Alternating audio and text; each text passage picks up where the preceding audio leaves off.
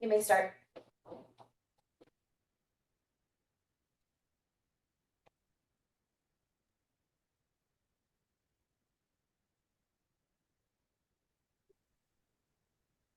Good morning. Should we get started? Go ahead. Did we allow the attendees to join yet? Yes, go ahead. Okay. Great. Okay, I believe the recording is in progress. We're going to go ahead and start with our meeting on January 25th. This is a call to order. And I'm going to note for everyone present that this is a Zoom meeting, and like a regular in-person meeting of the Privacy Law Group is recorded, and it'll be archived on the State Bar's website.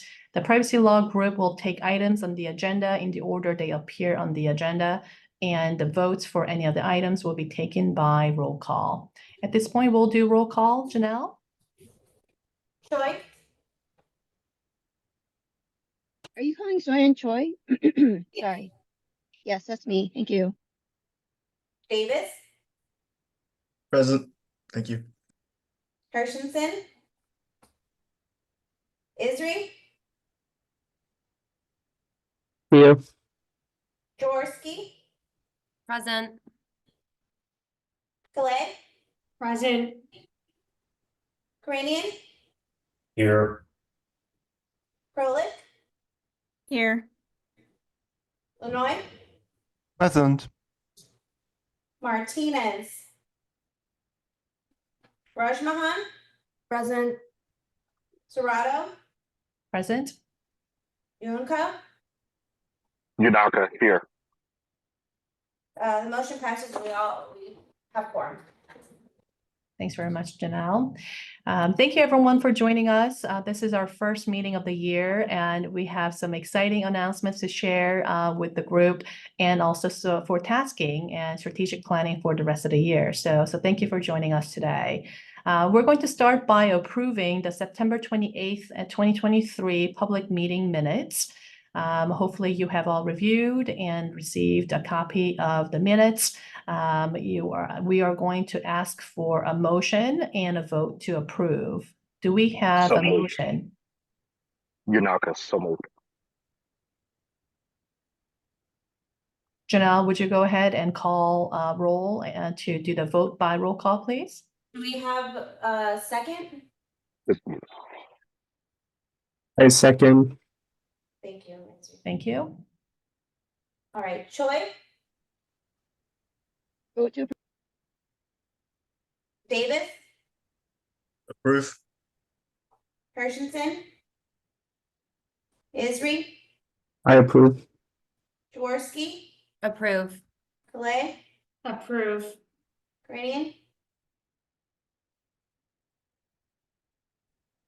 Arson? Approved. Lenoy? Approved. Martinez? Rajmahan? Approved. Serrato? Approved? Naka?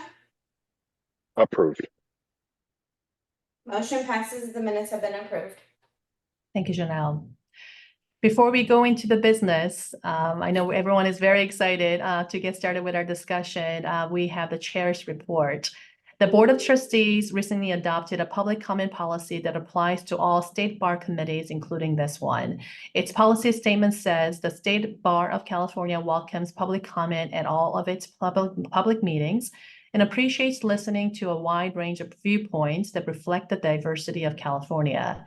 Those public comment rules are designed to ensure that members of the public may exercise their right to be heard, as well as ensure that the State Bar is able to fulfill its obligation to conduct public business on behalf of the people of California in a timely fashion. Written public comment may be submitted to the email address on the meeting agenda. We encourage you to submit written public comments at least 24 hours prior to the start of a meeting. Written comments received less than 24 hours prior to the start of a meeting will be distributed the following business day. If you bring written materials to a meeting for distribution, they will be collected by the meeting secretary and distributed after the meeting concludes. For oral public comments, persons were encouraged to sign up to speak in advance of the meeting and will be called in the order that they have signed up. Persons attending the meeting remotely will be called in the order that they appear in the attendee list. And in a moment, I'll explain how to raise your hand to tell us that you want to do that. Speakers cannot cede their time to another speaker. It does not guarantee that all who wish to speak will be able to do so to facilitate hearing from as many members as possible. We encourage you not to repeat points that were made by previous speakers. Simply say that you agree with them to allow the committee the time needed to deliberate on the important topics that will be discussed today. We will be limiting public comments to 3 minutes per person. As a reminder, the State Bar's anti-discrimination and anti-harassment policy says the State Bar maintains zero tolerance for unlawful harassment, discrimination, and retaliation. Employees must at all times treat all other employees, job applicants, and persons providing services to the State Bar with respect and dignity in accordance with this policy. Likewise, the State Bar will not tolerate harassment, discrimination, or retaliation against its employees, job applicants, or members of the public by any employees or by any person with whom the State Bar has a business service or a professional relationship. If you are in Zoom and want to speak, you'll need to raise your hand unless you are already on the pre-meeting sign-up list. To do so, you click on the hand icon that's at the bottom center of your Zoom window. If you're participating by telephone, you may virtually raise your hand by pressing *9. That's the star key and then the number 9. Our coordinator will call members of the public, starting with the pre-signups, then the Zoom list, followed by in-person signups in the order that they raise their hands if you were meeting in person. Staff will enable the microphones of the speaker, start the timer, and then call out when 30 seconds remain. Do we have anyone that wishes to make comments? We had no pre-signups. Okay. And we don't have any planned guests, and I don't believe we have anyone raising hands at the moment. Correct. Okay, then we will start with the business. Okay, we are at agenda 2A. This is the beginning of the planning session and the review of the California Board of Legal Specialization action and direction for the privacy law group and the discussion for 2024-2025 schedule. We're going to be discussing, maybe go to the next slide.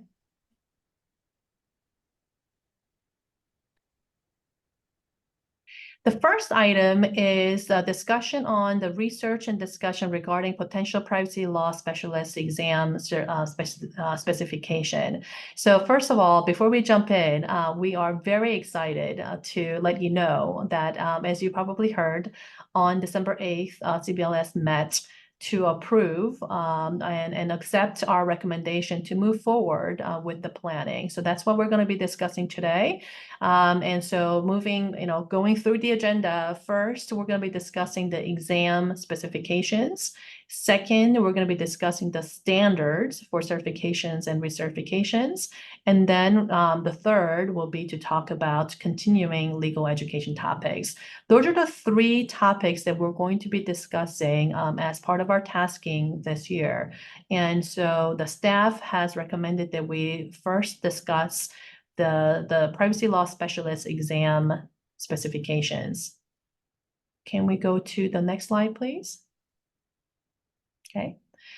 First, the State Bar Rule 3.116 examination says that an applicant must pay an examination registration fee and take and pass a written examination that tests knowledge of the substantive law and procedures of a legal specialty. The State Bar determines the scope, format, topics, grading process, and passing score of the examination. So we wanted to share with you, this is a State Bar rule in terms of what an examination needs to be for the privacy law specialist exam. Do you have any questions there? Okay, next slide, please. Purpose of the exam. The legal specialist examination is going to, oops. Let's go back to the purpose.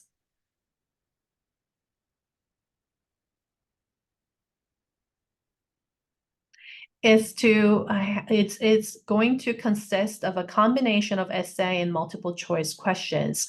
It's designed to verify the knowledge and the proficiency in the legal procedures and the substantive law that should be common to the specialists in the field. We recognize that these skills are going to be interrelated and might require that the examinees apply several skills in responding to a single exam question. The order of the skills does not reflect their relative importance, nor does the skill sequence represent an implied order of their application in practice. The answers to the exam questions should reflect their ability to identify and resolve issues, apply privacy law to the facts given, and show knowledge and understanding of the pertinent principles and theories of law, their relationship to each other, and their qualifications and limitations. Primary importance is the essay questions, and that will have the quality of their analysis and explanation.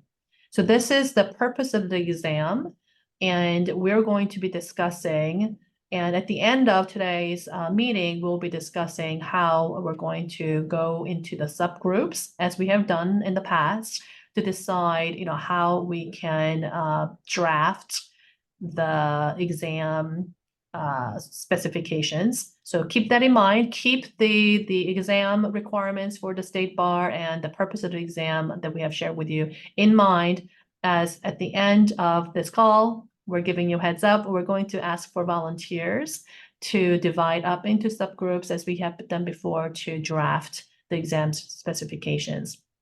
Maybe we can stop here because I have a question for Adrian and Janelle. From the tasking, it talks a little bit about the actual questions, like the essay.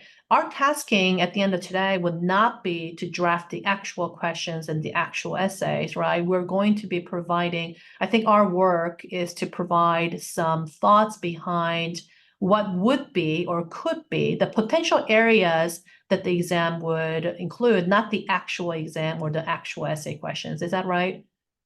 I'm seeing Adrian nod his head. Yeah, so let me go back to the rule.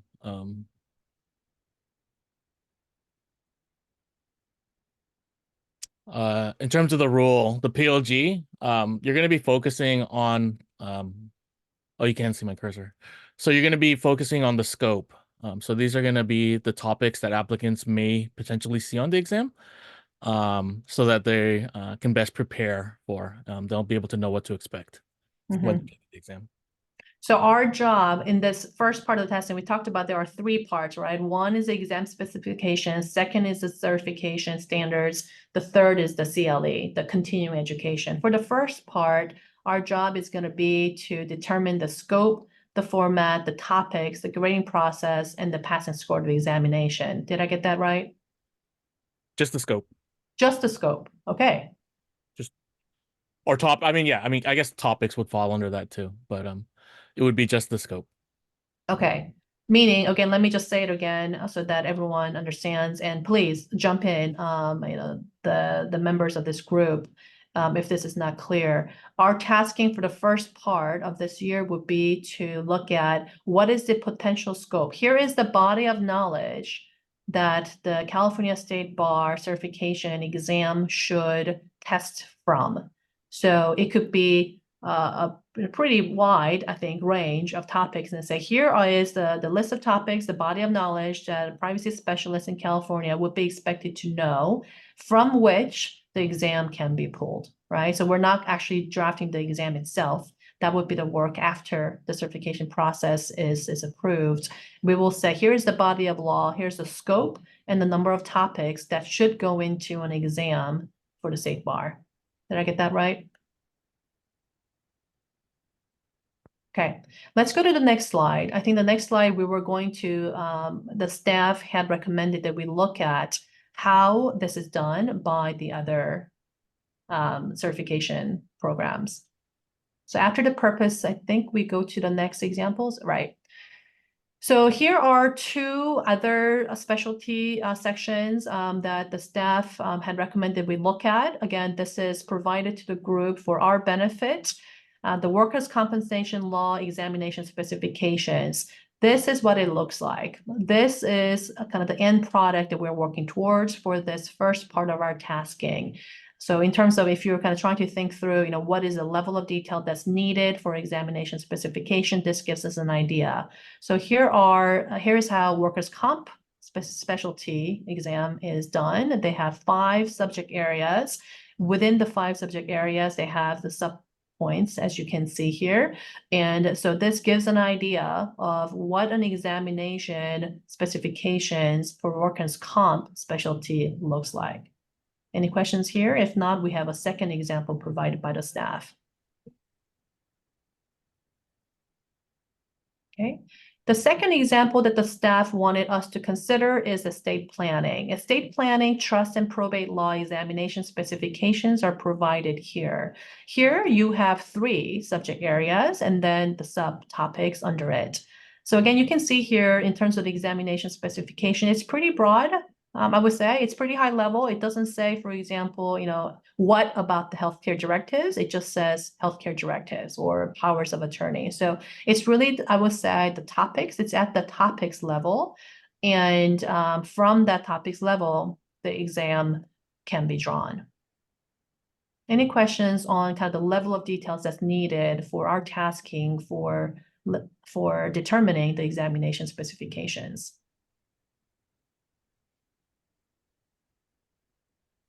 Ryan? Yeah, I don't have a question. I just want to highlight that I think each exam needs to have that professional responsibility component. So we should keep that in mind as well. That's a very good point.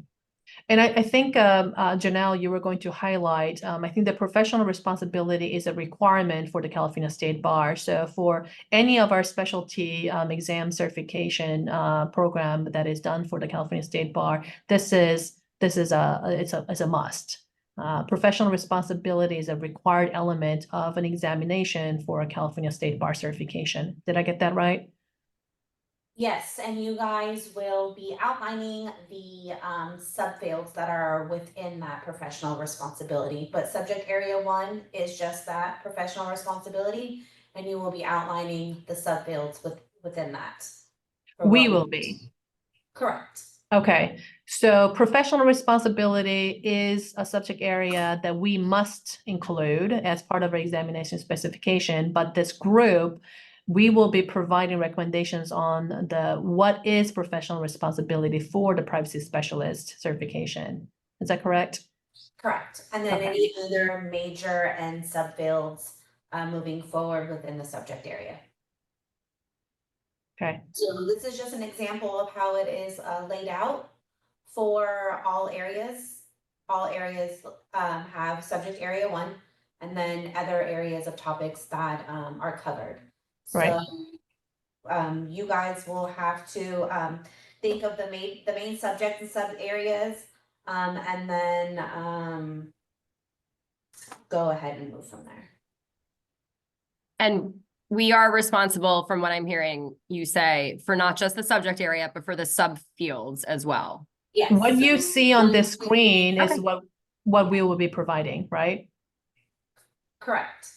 Based upon your guys' area of Mhm. expertise and such. Mhm. So these are the 2 examples. So this is the deliverable. It's going to say privacy law specialty examination specifications. It's going to have the number of subject areas under it. Number 1 is going to be professional responsibility and the subfields under it. This is what we'll be providing, hopefully, in the next month. Any questions there in terms of kind of the level of detail or the format of our deliverable? Okay, let's go to the next slide. Okay. Here are some discussion items, and we will open up for discussion for the group. First is the data in scope, the data sources, data usage, processing and storage, security, and sharing. Do we have the next? Do we have a second slide too? Okay. And then the ownership, jurisdiction, emerging technology, privacy as a team sport, and incident response. Here are 11 proposed topics in terms of how we can think about the exam specifications. So, we have divided into 2 slides. I want you to kind of have the full 11 questions, but maybe we can start from the first. If you can go back to the last slide first. What I think we want to accomplish is to talk through and say, which of these do we agree that these are the right questions, and how do we translate these requirements that we know that the privacy lawyers are working on into those topics, right? Into those subject areas that we just saw as part of the exam specification. That's going to be our job, is to think about the kinds of work that we would, the kinds of knowledge of the law and also the experience that we would expect a privacy law specialist to have and would go into our exam. How do we convert that to the topics, the subtopics? So in order to do that, I wanted this group to agree that these are the kinds of topics that we would expect a privacy law specialist to have knowledge on and to have expertise on. So maybe we can go through it one by one and ask for the group to agree or disagree, or to amend if you want to make changes, slightly tweaks to how this is framed in terms of the kinds of topics that we would want to see as part of an exam specification. So please, I think I sometimes see the hands, but I don't. So Janelle, if you can help monitor and make sure that I'm not missing a hand. So first question is, for our discussion, what data is in scope for privacy law governance? I know that there's been a lot of discussion, at the privacy law, at the legislature level, in terms of the definition of personal information changing over time. So in the past, we would have, is there a question? Okay, I thought I heard something. So in the past, we would have, for example, GLBA, non-public information, or HIPAA, protected health information. And now we got CCPA with personal information, and you have sensitive personal information being defined in, 13 different states. And so the first question is, how do we think about what data is in scope? If I'm a privacy lawyer, what is the data that I am trying to protect? That was the first topic, and we will think about how that translates into the subtopics for exam specification. Can I ask a quick question? Yeah. So are we supposed to be focused on a California privacy law specification or a privacy law specification? Really good question, and I think this is something that we should discuss as a group. The way that I understand is in terms of how this exam is going to work, how this exam is going to be applied, in real life, is that any person who is licensed in California, a California licensee by the California State Bar, can apply for and obtain this certification. So this certification is going to be a privacy law specialist certification for any California licensee. So that's the bottom line. Any person that wants to say, I'm a privacy law specialist and is a California licensee, can apply for this specialist. There is nothing that says that a privacy law specialist, I think, some of us are privacy law specialists in the States, nothing that says that we only practice in California law, right? Or we do not do federal law. And so that's the way I think about it, and I would be open for group discussion. Yeah, I just want to agree with you. I agree. I feel like if we just limit it to California, that would be a little bit restrictive and make this course a little bit less attractive. Because then you would only be specialized in California law, whereas obviously all of these different state laws and even international laws apply, overlap, and are used in a company deciding a strategy for data protection. So I saw Amy's hand, and then I saw Arson's, and then if there are others, Janelle, please take note of the order of the hands being raised. Amy? Hi, hi everyone. So I just I'm seeing this product that we're trying to develop from the lens of what would be useful for this recommendation to the CBLS. And I think everybody's raised a lot of good points about what happens if we focus on law that is just specific to California. You might miss out on the practice. And I think the way to think about this is you're developing an exam for somebody to say that they have expertise in privacy law. And so it wouldn't necessarily mean that you're restricted to California law if in your daily practice or expertise requires law from federal law, or you need to know about other rules and order. When I think about, for example, in the bar exam, some of the areas have a cover federal law. So I think the job here and the task here is not so much just to specify anything that relates to California. It's really identifying all laws that are pertinent to being an expert in this field. Yeah. So I don't want to lose sight of that fact, because I know Thank you. when you look at the list of all of the areas, it doesn't really specify the law areas. It's really specifying topics. So it might be in the best interest of this group maybe to even highlight the implications of the law areas, Right. whether they're Right. federal or whatever the case might be. So it's So, just for example, thank you for confirming that, Amy.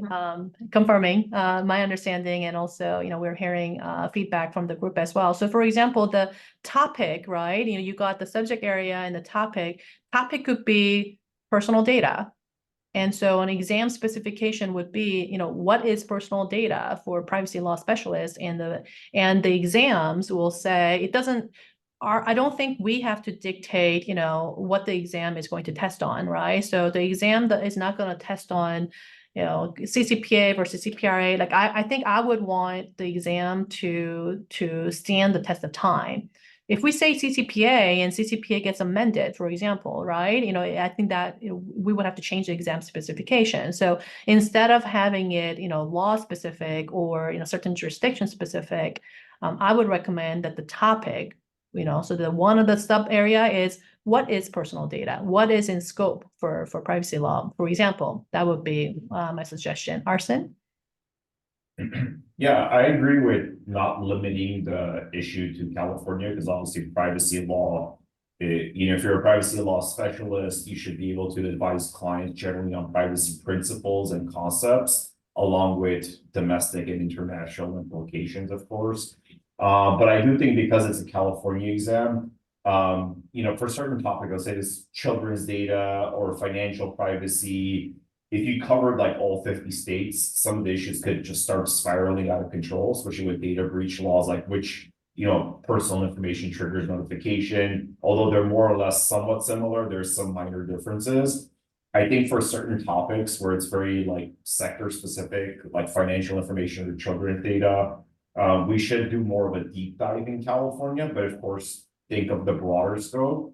But if you're practicing law in California, you need to know like the nuances of the specific California privacy issues at play, but also understand the broader concepts, if that makes sense. In other words, the level of detail of knowledge required for California privacy specific issues like CCPA and data breach laws, et cetera, should be to a greater level demonstrated on the exam. But other issues like concepts of privacy or federal level can spam, et cetera, those issues, maybe not too much of a deep dive knowledge level demonstration on the exam, if that's making sense. I think that's right, but I completely agree with you, Harson. I just want to remind the group that again, we're not drafting the exam, right? So whether we're going to have 3 questions on CCPA and 1 question on the data breach, that is not the level that we're going to be deciding. The level that we will be deciding is what is the number of topics that are relevant, right? What is the number of key topics that we would put in the body of knowledge that a privacy law specialist who is licensed in California would be required to know, and we will be testing on. So let's say, the first subtopic is what is personal data, the definition of personal data. I could foresee list of exam questions that says, what is personal data? How is personal data defined in California different from PHI, in HIPAA? That could be one of the questions that you get. And the body of law, the topic, that we propose is what is definition of personal data, right? So I think we need to kind of think about how to kind of bring up, our view and think about what is the list of topics from which exam can be developed. Just a quick follow-up on that. Would it be a sufficient high-level topic area to have a category that simply says California privacy laws? Maybe if that's what we want, right? Yeah. So if we did let's say a subtopic was California privacy law, I could see exam being developed, say, 3 questions are dedicated to California privacy law. I think if we see, if we include California privacy law as a subtopic, Amy, Janelle, please tell me if this is wrong. That means that there has to be at least one question. Is that how it works? There has to be at least one question that's on No, that subtopic, or no? it just means that the applicants may be tested on it. I see. So even if we have a subtopic, you don't Yeah. have to have a particular question. Okay. Yeah, and then I also I was kind of waiting till all the hands were done, but I just wanted to point out the criminal law specifications. Mm-hmm. So in criminal law, they do point to like specific legislation, and then they also have an area just for federal law as well. So and I mean, like, even if the laws change, it's still the same, like Prop 21. It started in what, 2000, and it's been amended, I don't know, within the last couple of years, but it's still Prop 21. So if that's something that like CCPA or whatever. So CCPA could be its own Yeah, topic if we correct. want it to be a separate topic. Yeah. So I don't think that you, like, if it's something that a privacy specialist needs to know and may be tested on, I don't want you to think that you can't include it because it can potentially be updated. Like, as long as it stays CCPA, even though it gets amended later on, it could stay on the exam. How difficult would it be for us to amend the exam specification? So let's say CCPA is amended and now it's called CPRA, right? And we want to call it CPRA and not CCPA, which is not true, but that's an example. How difficult would it be? So with our existing exams, we have working groups for every area. They'd have to review it. They'd have to recommend to the CBLS to change it.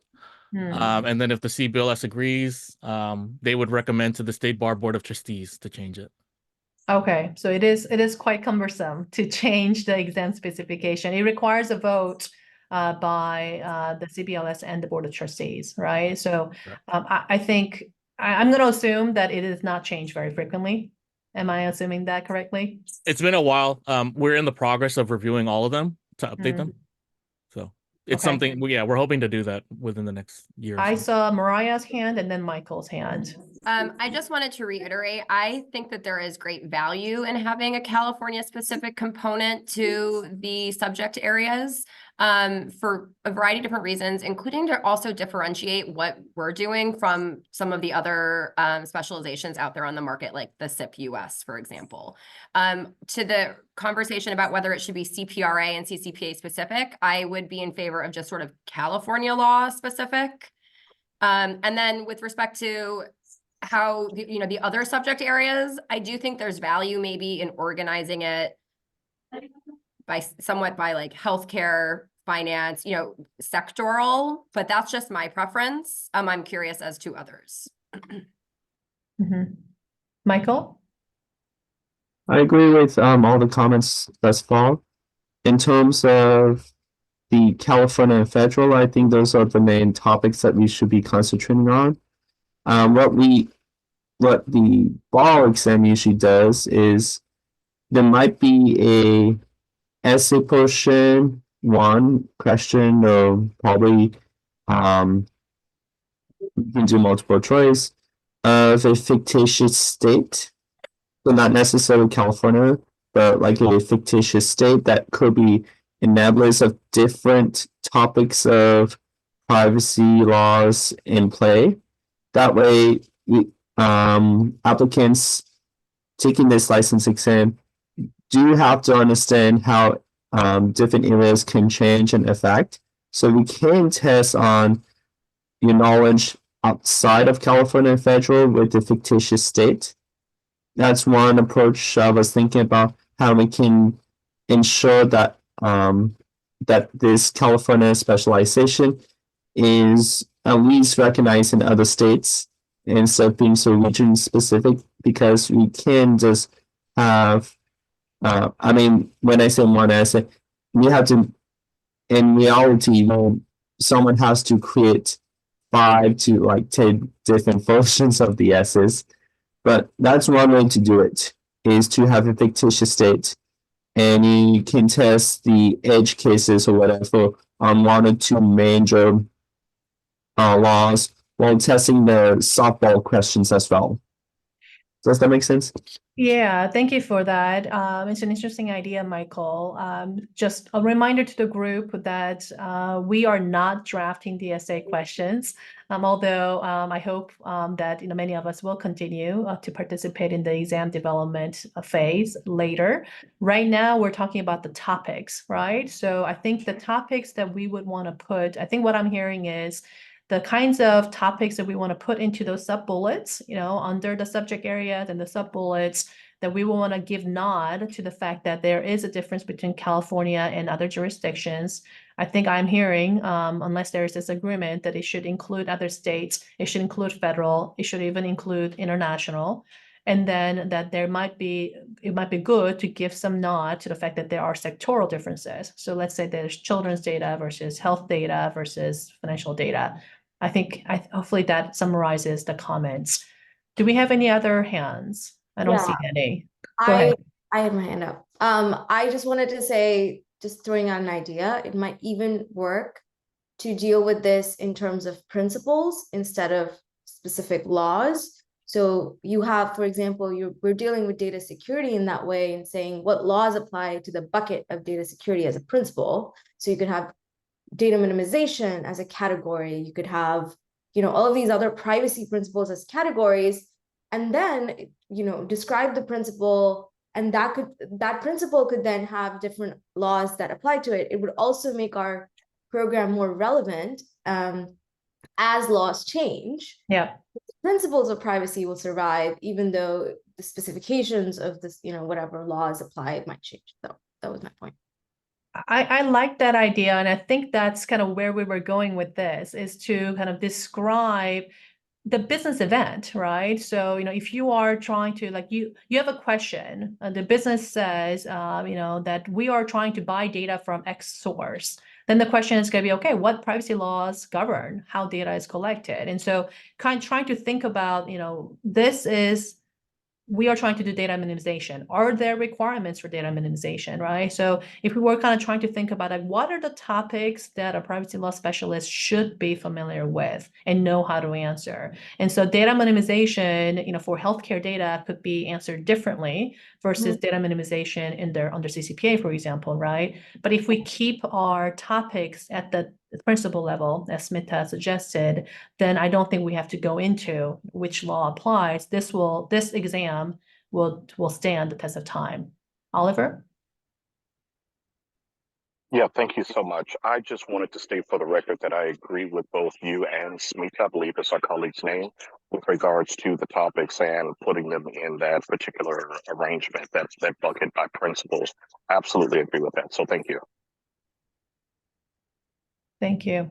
So the 11, I like the idea of principles. I think the way that we were originally thinking is kind of the business questions, like how do I do data security? How do I do data sharing? But I think, Smita, what you were suggesting is slightly different, right? Is to kind of take a look at what are the 10 privacy principles, and then kind of bring out what laws apply. So maybe we can have a conversation. It's slightly different. It is similar, and I like the way that you're thinking, Smita. But I wonder if it'll be, if it'll be more practical and more useful for us. We are the consulting group that's going to be saying the exam is going to be based on these 10 privacy principles. I wonder if we will be able to agree and say these are the 10 principles, right? That we should be, that encapsulates all privacy laws globally for the end of time. versus the second, which would be, here are the kinds of things that are commonly asked. The business is usually asking, how do we get data and what data is in scope, and how do we share data? So those are kind of two different ways of thinking about it, I think. Mariah? I would be in favor of the policy-oriented or principles-oriented approach. I think the business questions are useful and very practical, but that's also a very potentially narrow aspect of the people who will be taking this, right? There's consumers, there's plaintiff side attorneys. I think there's a whole other world out there that are not going to be responding necessarily to internal business questions. You're going to be looking at privacy a little bit differently. So I thought the principles-based approach was a good one. Smita, did you have a comment? Yeah, I just wanted to clarify that.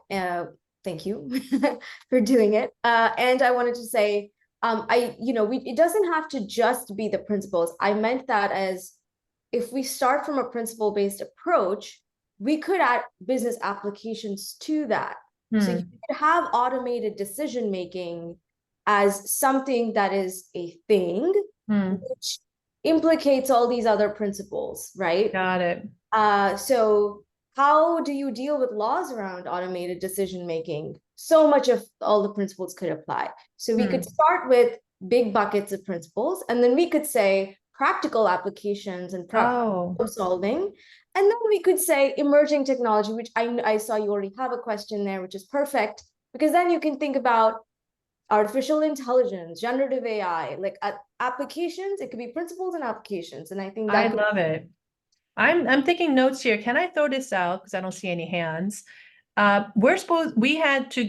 We have to come to a subject area and then the sub, right? Like, what if we did that? Like our first would be ethics, professional responsibility. Second could be principles. Third could be application. Fourth could be emerging trends, emerging technology, something like that. Love it. Yeah, thumbs up from Smita. Because I get it. I think that it's a lot of work. I'm looking at it, and so it will be a lot of work to think about, how to apply privacy laws at the principle level, and then to think about some practical applications of it. Like this is a practical question, right? Like, how do you store data would be a practical question versus, maybe we can come up with the principles. And so principles would be more at the policy level. And then the application would be like testing. Okay, now that we understand the principles, how do you apply it to these, business applications? And then the third would be, what about automated decision making? What about crypto? Whatever it is. I think maybe the emerging technology piece would be the hardest, only because I'm kind of trying to think about like, how do you have this, survive the next 5 years without having to have significant change? Like, do we call it automatic decision making? Do we call it AI? Like those are kinds of things that I think we're going to have to get the group to consult and agree on. But I like it as a starting point in terms of this kind of the big buckets of subject areas. I'm looking for hands. Does anyone not like kind of this big bucket of principles, applications, and emerging technologies? Or have a different way of maybe thinking about it? Markel? Just thinking about it. No, I like how you lay it out, the applications and all. My only concern is I think we need to still try to stay. It just seems off because I'm thinking about the international standards and how if you do purely application, there might be international standards or new applications even that may not be fully incorporated. It just something's off. That's what I'm trying to get at is if I was an applicant and I'm studying this, how can I focus my studying or know what is being tested and doing. I'm not sure if we, like I say, it's one of those, if we focus on federal and international standards, I don't know, like I said, I'm just doing a stream of conscious about something that seems off, but I just can't articulate yet. Does that make sense? maybe where you're getting at is there's obviously this is just the beginning, right? And I appreciate the state bar in kind of giving us tasking that are bite-sized, right? So we are really kind of approaching this in a thoughtful way. You know, we're kind of putting baby steps in front of another. And so, you know, we have this bite-sized task. It is to come up with the subject areas and to come up with the topics. Below that, and maybe this is what you're, you know, communicating, Michael, is below that, you know, we're going to have to do more work, right? So let's say data minimization. Let's say that's one of the principles, you know, a subtopic under the subject area. Then data minimization under it, it's going to say, well, what does data minimization mean for healthcare data? What does data minimization, you know, mean for children's, right? So we could take it in a sectoral way. We could talk about it in terms of how is California's approach on data minimization different from federal versus different from international. You know, we could take data minimization in a many different ways, right? So that's the work that we don't have to do now. I think what we are asked to do is to just keep it at that first level and second level. First level, what are the subject areas? And two, what are the subtopics within it? And then I think the more difficult work would be, what do we mean? What do we mean by data minimization? And if I'm an applicant for the certification, what am I going to be asked to learn about data minimization, right? What is the scope of things that are under data minimization? That we do not have to provide, thankfully, just yet. We just have to agree, hopefully in the next month, you know, when we break off into our subgroups and discussions, what is the subject area, what are the subgroups? So I think for sake of discussion, I'm looking at the time about an hour in now. I'm hoping that the group can decide on the subject area topics. Is it 3? Is it 2? Is it 5? Are we good with kind of the larger discussion of principles, applications, and emerging technologies as being the subject areas?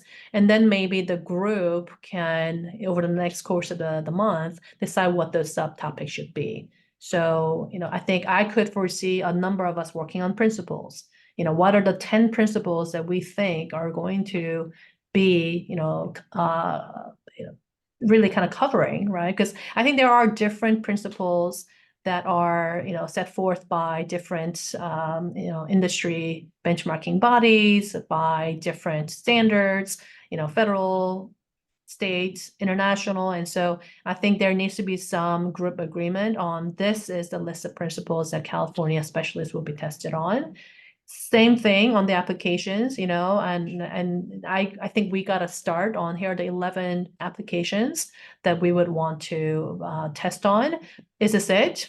Do we want more? Do we want less? You know, is this the right level of 11 applications that we would want to test the applicants on? And then third, emerging technologies. I think we have automated decision making as one of the examples.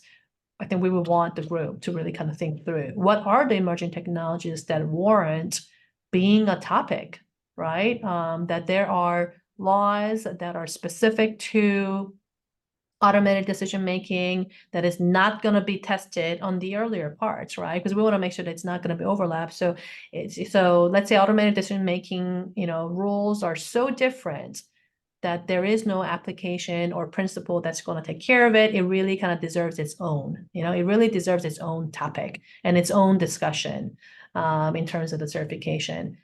What are some other emerging technologies that are like that? So those are the ways that I would think about kind of trying to divide up our group into subgroups. Start thinking about which group out of the 3 that you want to participate in. Does everyone agree? Is this a good way to start, at least for kind of dividing up the groups to work on the subtopics that might be proposed? I'm not seeing any hands. Everyone giving me hands, thumbs up?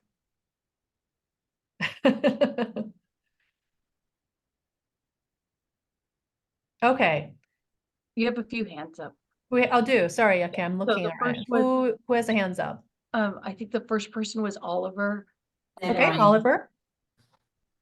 No, our reactions are limited here. I was just agreeing with you, so the best I That's can a give you thumbs was a up? hand.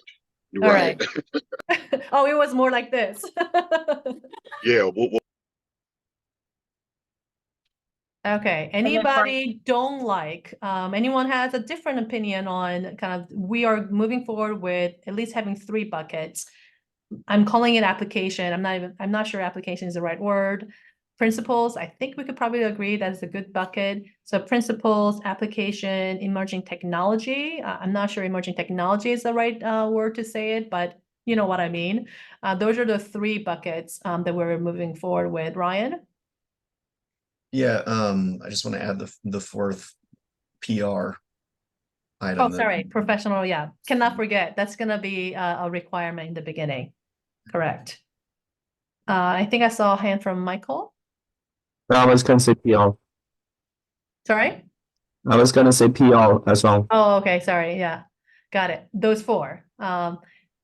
That's a good point. I keep forgetting professional responsibility, but you're right. I think our group, some number of our group needs to be dedicated to working on that. That's, I think, your point, Ryan, is that while we are really excited about the privacy law, I think ethics actually is really important in the privacy law. So we would want a subgroup within this group to focus on, here are the subtopics that should be under professional responsibility for privacy lawyers licensed in California.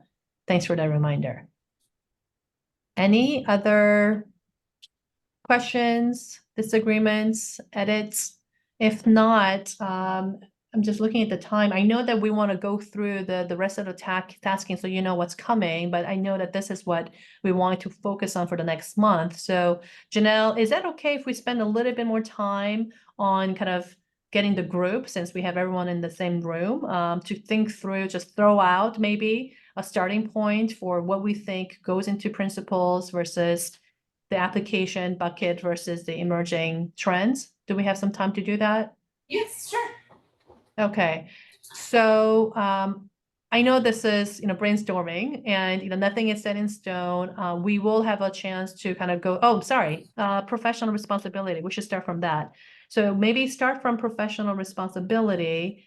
And this is brainstorming, not set in stone. I think we will have a subgroup take the group and a brainstorming from today and really come back, right? Come back by the next month on here is what we propose. So I would say right now, there is no wrong answer here. We're thinking as a group to kind of seed what the subcommittee is going to come back to propose next month. Having said that, can we go back to the examples that we had for maybe the estate planning or workers' comp on the professional responsibility subtopics? I think that'll give us a good idea. So here is a example of professional responsibility topics for estate planning. Let's go to the other one, workers' comp. I wonder which one is better for us to look at as an example. Well, conflict of interest, maybe, but I feel like the estate planning might be a little bit closer to us. Can we go to the estate planning? Maybe. I think 1.9 has been cut off. So here's an example of what professional responsibility topics look like for estate planning. Let's spend, I'm looking at the clock, let's say we spend the next 5 to 10 minutes. Does anyone have thoughts about what topic should go under professional responsibility? Maybe we can start with this and go through it, since you got 9 here. This is what estate planning tests, are any of these relevant, do we think, for the privacy lawyers? I'll jump in. I think that confidentiality is always a big one. I guess, are these supposed to be professional responsibilities of a privacy lawyer? I believe so. Okay. Right, Amy? Yes. I think confidentiality, and then I would just wanted to mention that a lot of state bars are coming out with new guidance around the use of generative AI in the legal practice, and I think that would be good to include as well. Under professional responsibility, or are you under emerging tech? On professional responsibility. As a separate topic. So you are suggesting confidentiality and generative AI as topics? I'm suggesting confidentiality and then the duties, the professional responsibility duties that are intrinsic in a lawyer's use of emerging technologies. Oh, I see. Ah. Should we say generative AI specifically, or should we say use of technology by a lawyer, you know? I think the latter is probably broader and Yeah. longer lasting. But it is, I'm really glad that you are mentioning it. It's basically, yeah, use of legal tech, right? Mhm. And that includes, I think, things, you know, for like due diligence purposes. And Um, fees and all of it, yeah. Yeah, the Super discovery and whatnot. I think I saw Arson and then Paul. Yeah, just to underscore what Myra said, there's state bar guidance that came down about using artificial intelligence for performing legal duties. And obviously there's also the recent sanctions, attorneys that got sanctioned for using Gen AI to generate briefs with fake cases in it. So I think that's an issue that was covered. Yeah, Paul? Yeah, and I just want to, to agree as well with what was said before, because technology is better because technology is evolving all the time. We don't want to have to update the syllabus each time there is a new technology. Before it was cloud, and it was and so forth, and now Right. everyone is talking about Gen AI, but who knows what people will be talking about in the next couple of months or years, because Yeah. this is supposed to last many years, I think. I'm thinking, Amy, Janelle, and Adrian, please chime in here. So this is a set of professional responsibility that we would want all California licensed privacy lawyers to know. But I think the kinds of issues that we're hearing from the group, it's really for every lawyer, right? So the professional responsibility that we are talking about here doesn't have to be unique to privacy lawyers. It could be that if you are a California licensed lawyer and you happen to be wanting to get privacy specialty, we're going to require that you know this set of professional responsibility. The subtopics doesn't have to be unique to being a privacy lawyer, right? Yes. Well, the other consideration though is, this is a specification for the exam, but you could also incorporate it as a recommendation as a continuing education so that it could be satisfied through that requirement. Oh, you're saying professional responsibility doesn't have to be an exam. Well, obviously, if there are some aspects of professional responsibility that are important for somebody to have Before they can get the certification. before they can get certified, that demonstrate like expertise in this area that is specific to that, then it should be on the exam. But it also sounds like the team feels it's important for some aspects of professional responsibility to that need to be part of somebody's skill set or knowledge area. One way to do that is to incorporate it into the continuing education credits. I like it. That requirement, especially if it's something that's evolving, because that's what I'm hearing as well, is that this is an evolving area. So one way to satisfy that is to include it in the Continuing. Got it. Lindsay? Yeah, thank you. I was just looking at this example, and maybe it would be helpful to look at some of the other examples in the other areas. But for estate planning, you can see how fiduciary duties is extremely relevant to that practice. And so I do think that I'll just echo, what others have said. The technology piece of this, I think, is actually really important. And so maybe thinking of it through that lens, in addition to sort of the general.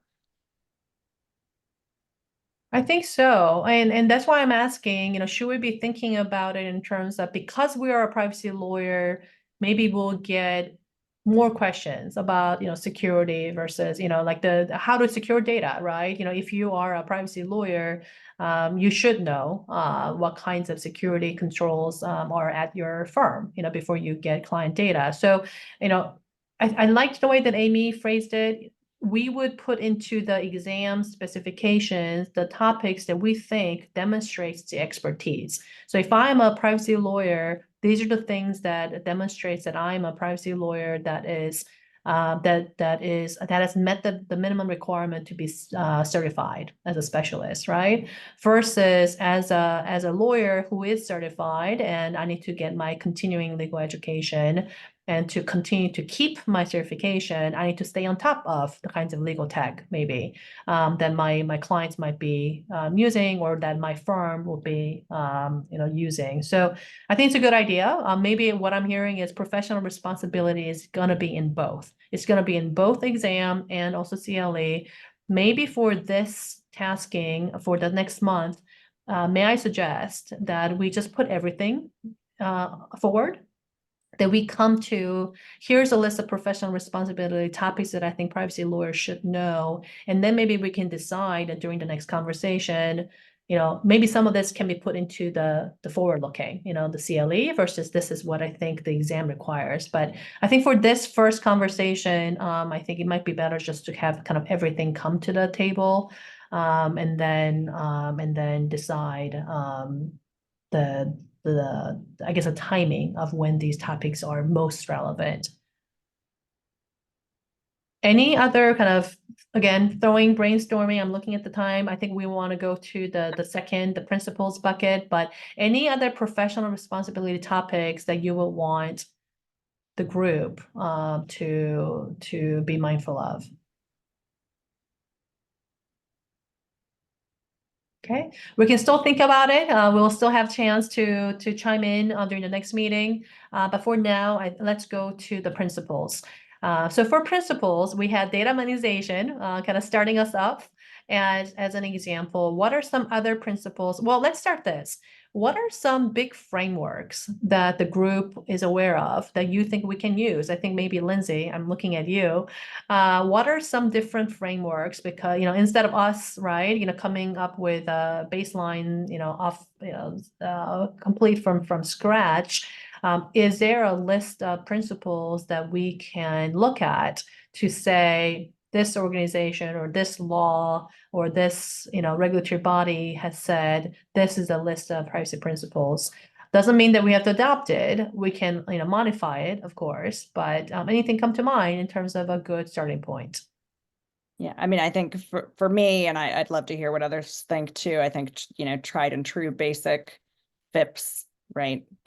Fair information privacy principles, I think would be a good starting point and something that is globally recognized. But we could look at other ones as well. Would love to hear, maybe OECD. I'm just brainstorming here. Yeah, I would put GDPR on there because I think GDPR is principle based as well, and they have it nicely organized. So I got FIP, OECD, GDPR.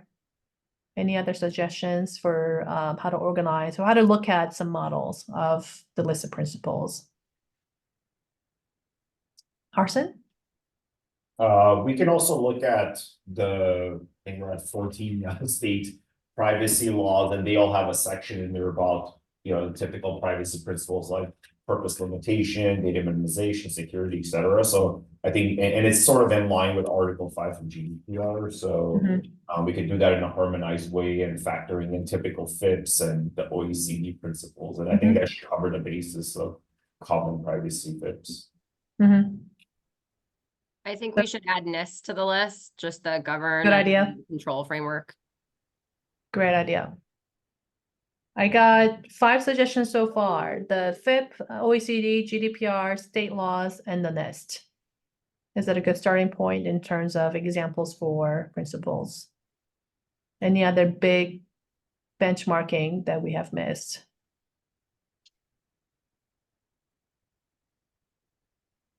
That was quicker than I thought. We can move into maybe the applications, which, I think we'll have a healthy discussion. And we can maybe go back to the slides because that's a good starting point. So reminder again, the first list of applications that we started with were what data is in scope. That's the question that I think at least for me, I get the question is like, how do we even know what law applies, right? What data is in scope? How do we How do we do the identification so that personal data is not in scope? We get that question a lot. Like, how do we scope this business so that privacy law is not in scope? It's actually the opposite of privacy lawyering. Data in scope. Where's the data coming from? Are there laws that regulate how data is collected and what the requirements are for sourcing the data? Once you have it, are there requirements for how you use it, how you sell it? I don't know if it's usage and monetization, or monetization should be something separate, but basically the use of the data once it's in your possession, how you store it, how you process it. There are requirements specific to the processing and the storage of data. There are laws that are specific to data security, and perhaps this could also have a subtopic of data breach in terms of how breach is defined and what are the obligations for handling a breach. How the data is shared. So that could be sharing to third parties, that could be sharing to service providers, to your customers, with government agencies, basically data sharing between entities, affiliates, and how that data is shared. Next slide. Data ownership. I think more and more there is questions about who owns the data, and is it the consumers? Is it the business that has collected it?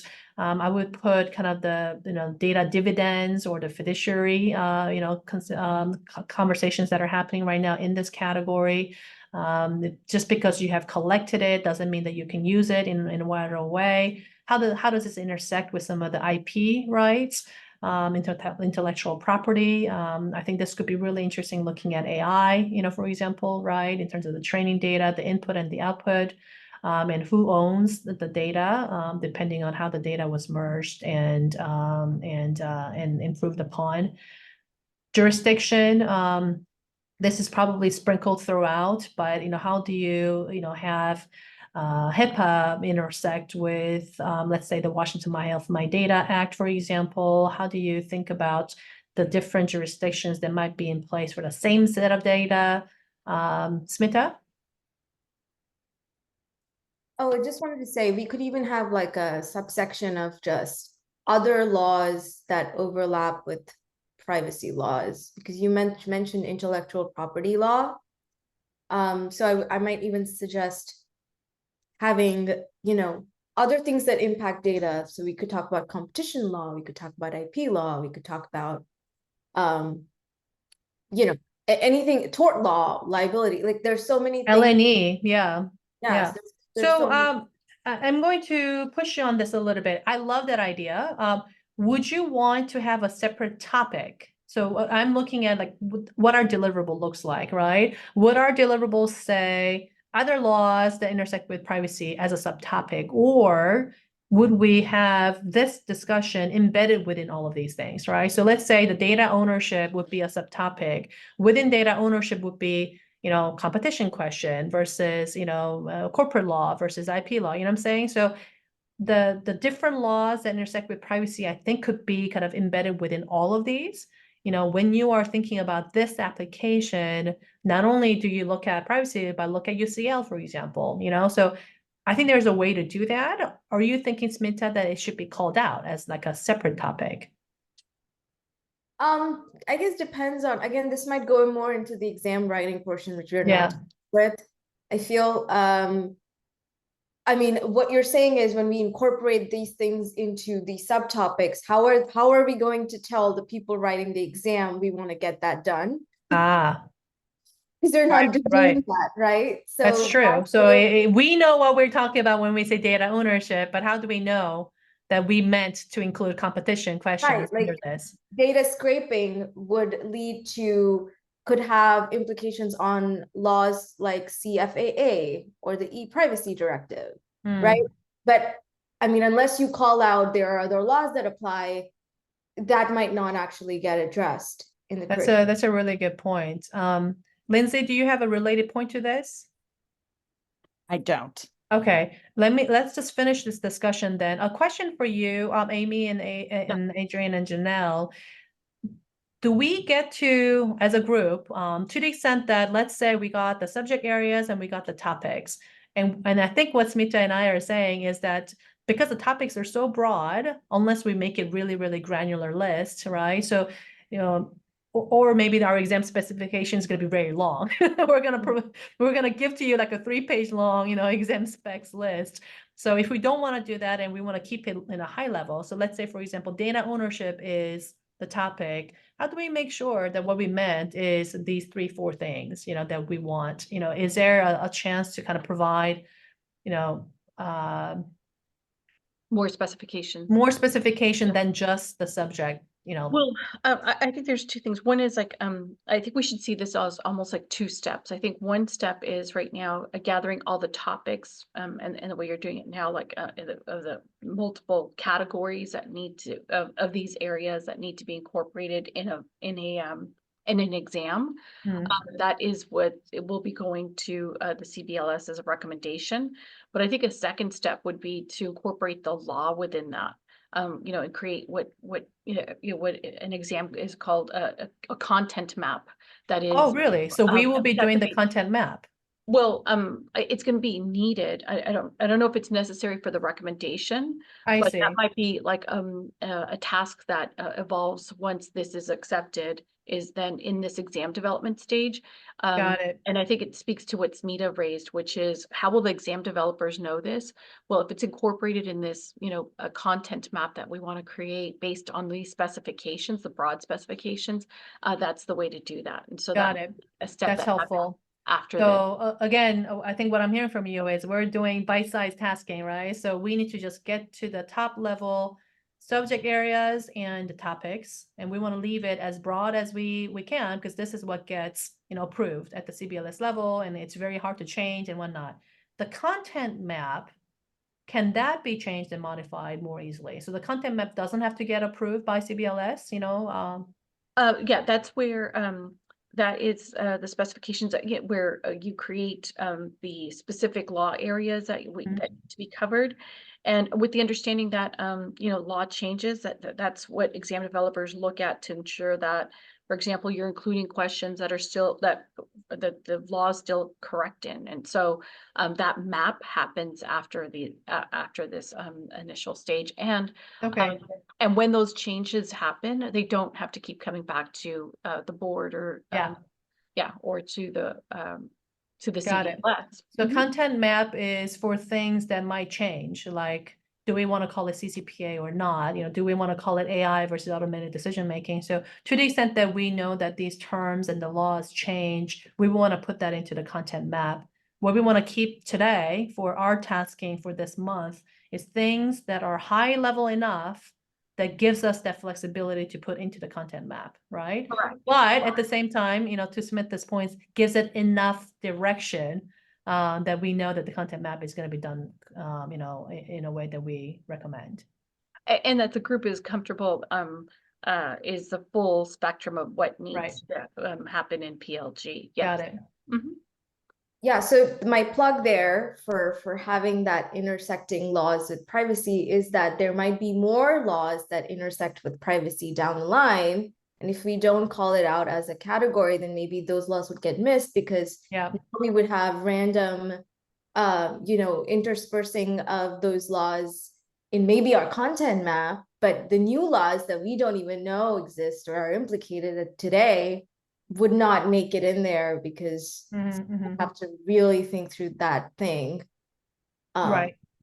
So I think, and I called it jurisdiction and scope, but I think we can come to agreement, right, on how do we call this out? How do we call out the fact that there might be several laws that are in play? And in addition to that, what Smita is saying is it might even be a non-privacy law. It might be a law that we don't practice on a day-to-day, but I have to call my L&E colleague, I have to call my competition colleague, right, and say, or IP colleague to say, we need to look at this together because our work overlaps. So I think we can think about how to call that out. You're right. I think I was originally thinking about intersecting privacy jurisdictions. So maybe this needs to be divided into two, right? It could be intersecting privacy laws, and it could be intersecting between privacy laws and other areas of law. Maybe that can be spelled out. Lindsay, do you still have your comment or question? Yeah, thank you. I just wanted to bring up risk assessments that they may be covered in one of the other areas, even privacy as a team sport, you know, but that could be a more meaty area. I agree. Yeah, I think that's right. I would agree because there are legal requirements to conduct legal risk assessments now, right? So yeah, I would agree with that being a separate topic. So just to run through the rest of it, you know, we had emerging technology here, but it sounds like we want to make that into a third, you know, kind of a separate thing. So if everyone agrees, you know, 9 would come out and that would be a separate subject area.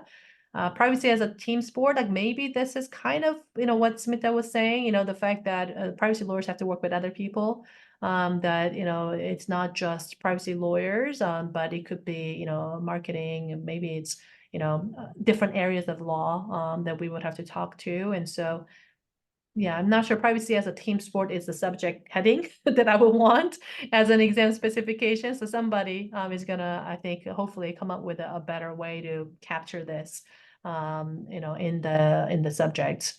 Instant response, we thought would be one of the topics in terms of the application.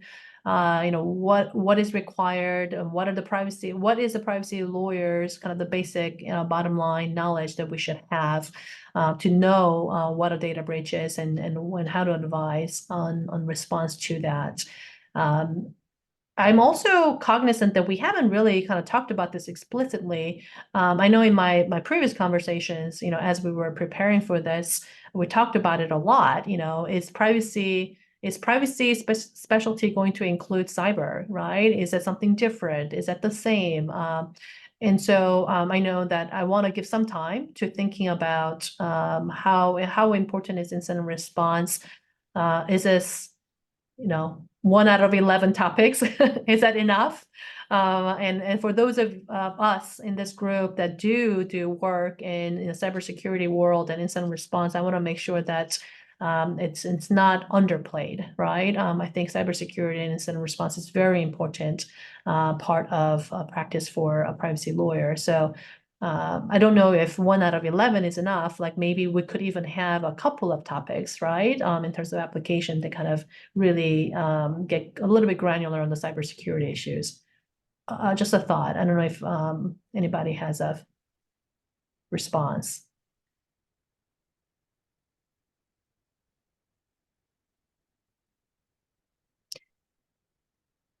Michael had his hand up first. I'm sorry? Michael had his hand up. Michael, okay, Michael, and I think I see Arson and Mariah. Yes.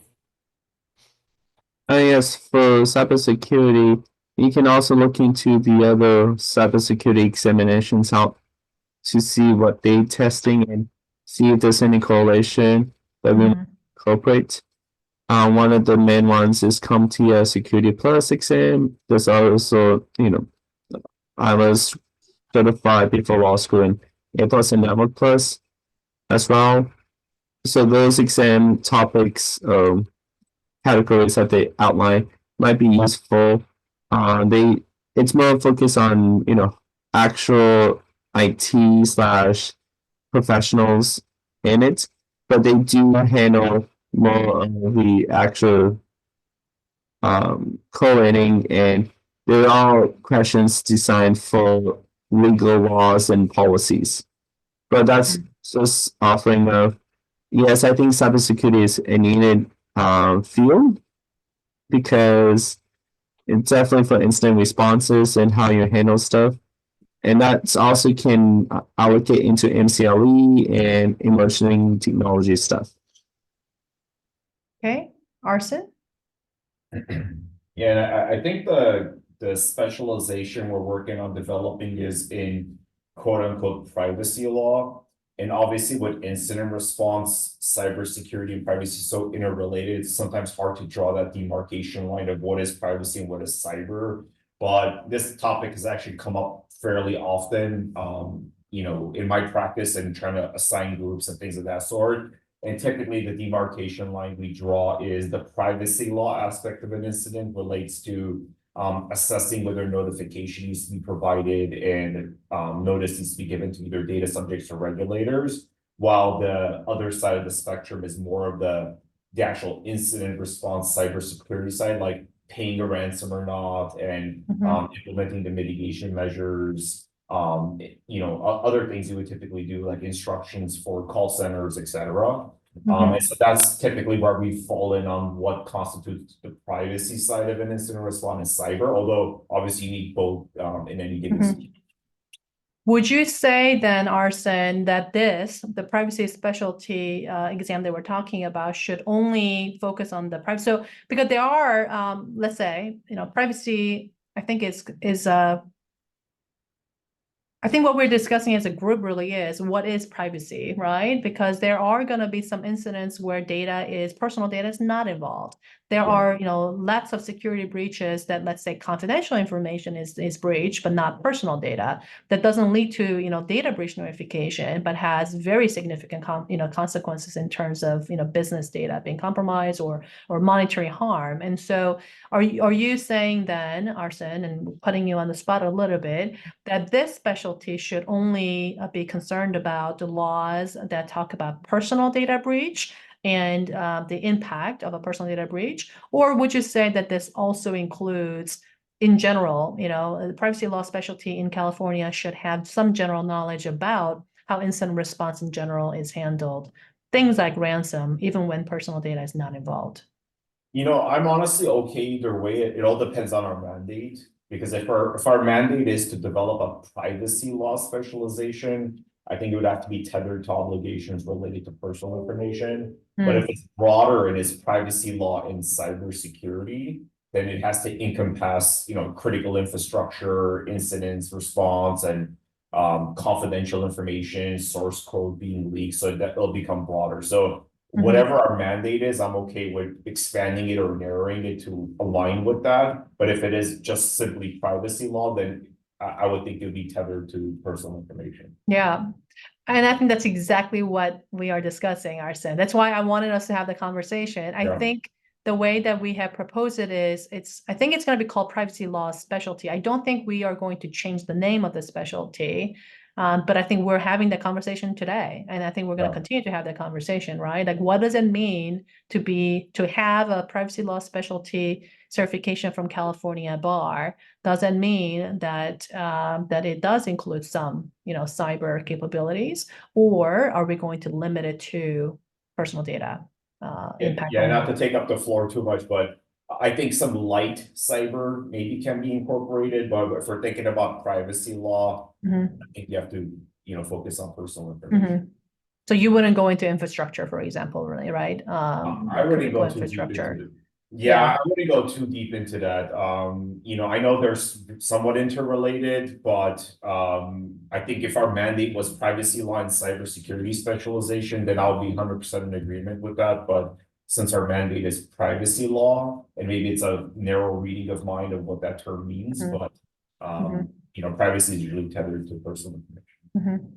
I saw Mariah and then Ryan and maybe Smita, your hand went away. So in either event, whether we're tethered to privacy or personal data, or we're tethered to more like regulated data, in either event, I think incident response is not worthy of its own subject area, or I think it's definitely more of a subcategory that could fit under something like data security or data protection. With respect to whether we should be focused on personal data, I think that's a really interesting conversation. As attorneys in this space, we're not going to only be focused on a business's use and collection of personal data, right? We're going to be focused on other forms of confidential information, whether that is business confidential, trade secret, etc. So I think it would be most useful to actually start with like a regulated data framework, of which personal data is a very important component. But that's just my sort of 2 cents based on my own personal practice. I'm certainly interested in others' thoughts. But it's focused on data, right? So It's focused on to Arsen's data. point, Yeah. so if we say regulated data, then protecting infrastructure would not be part of our scope. I think protecting infrastructure would not be an important part of our scope. I could see it come up in the sense that business data, trade secret is important, but from an IR, like they're hitting critical infrastructure, I don't think that's an important component of this program. Yeah. Personally. Ryan? Yeah, so at my organization, we kind of have a similar demarcation between cyber and privacy at the way we analyze things is how Arsen was describing it. But I do think that we're talking about what a competent privacy attorney needs to know. And part of that is being able to communicate effectively with our cyber counterparts. And if they're talking about phishing, they're talking about encryption, they're talking about some basics of how a network works. I do think we need to have a little bit of knowledge in that space to really be effectively supporting our cyber counterparts. And so I like the idea of having like some cyber-like questions in there. We certainly don't need to be experts, but a little bit of information, I think would be helpful. I see Smita's hand and then Hillary's hand. I just want to follow up on what Ryan said, because I think this is becoming a little bit more crystallized, and I'm glad I brought this up as a discussion topic. Think about the possibility if we do go that route. I think what we're talking about is what is not in scope, right? What is this specialty not going to test? If we say that we're not going to test, kind of nuts and bolts of incident response, which a lot of California lawyers do, right? Does it then open up the possibility? Close your ears, Amy, Adrienne, and Janelle, is maybe there should be a cybersecurity law specialty, right? So I want to kind of think about like, okay, if we say that this is kind of adjacent to what a privacy lawyer does, but we're not going to really kind of go, fully into it, does that mean now, let's say maybe 5 years later, or maybe somebody's listening in today and thinking, aha, I'm going to propose a cybersecurity law specialty for California to consider. I think that's something that we should really kind of think about and say, what are we saying is not in scope for this specialty? Smita?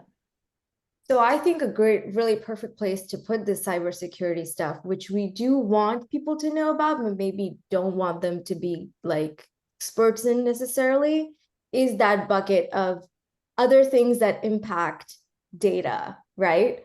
Which is intellectual property laws, trade secret laws, cybersecurity, right, would be one such subsection of things that impact a privacy lawyer's job or whatever we're calling the team sport bucket that you were mentioning.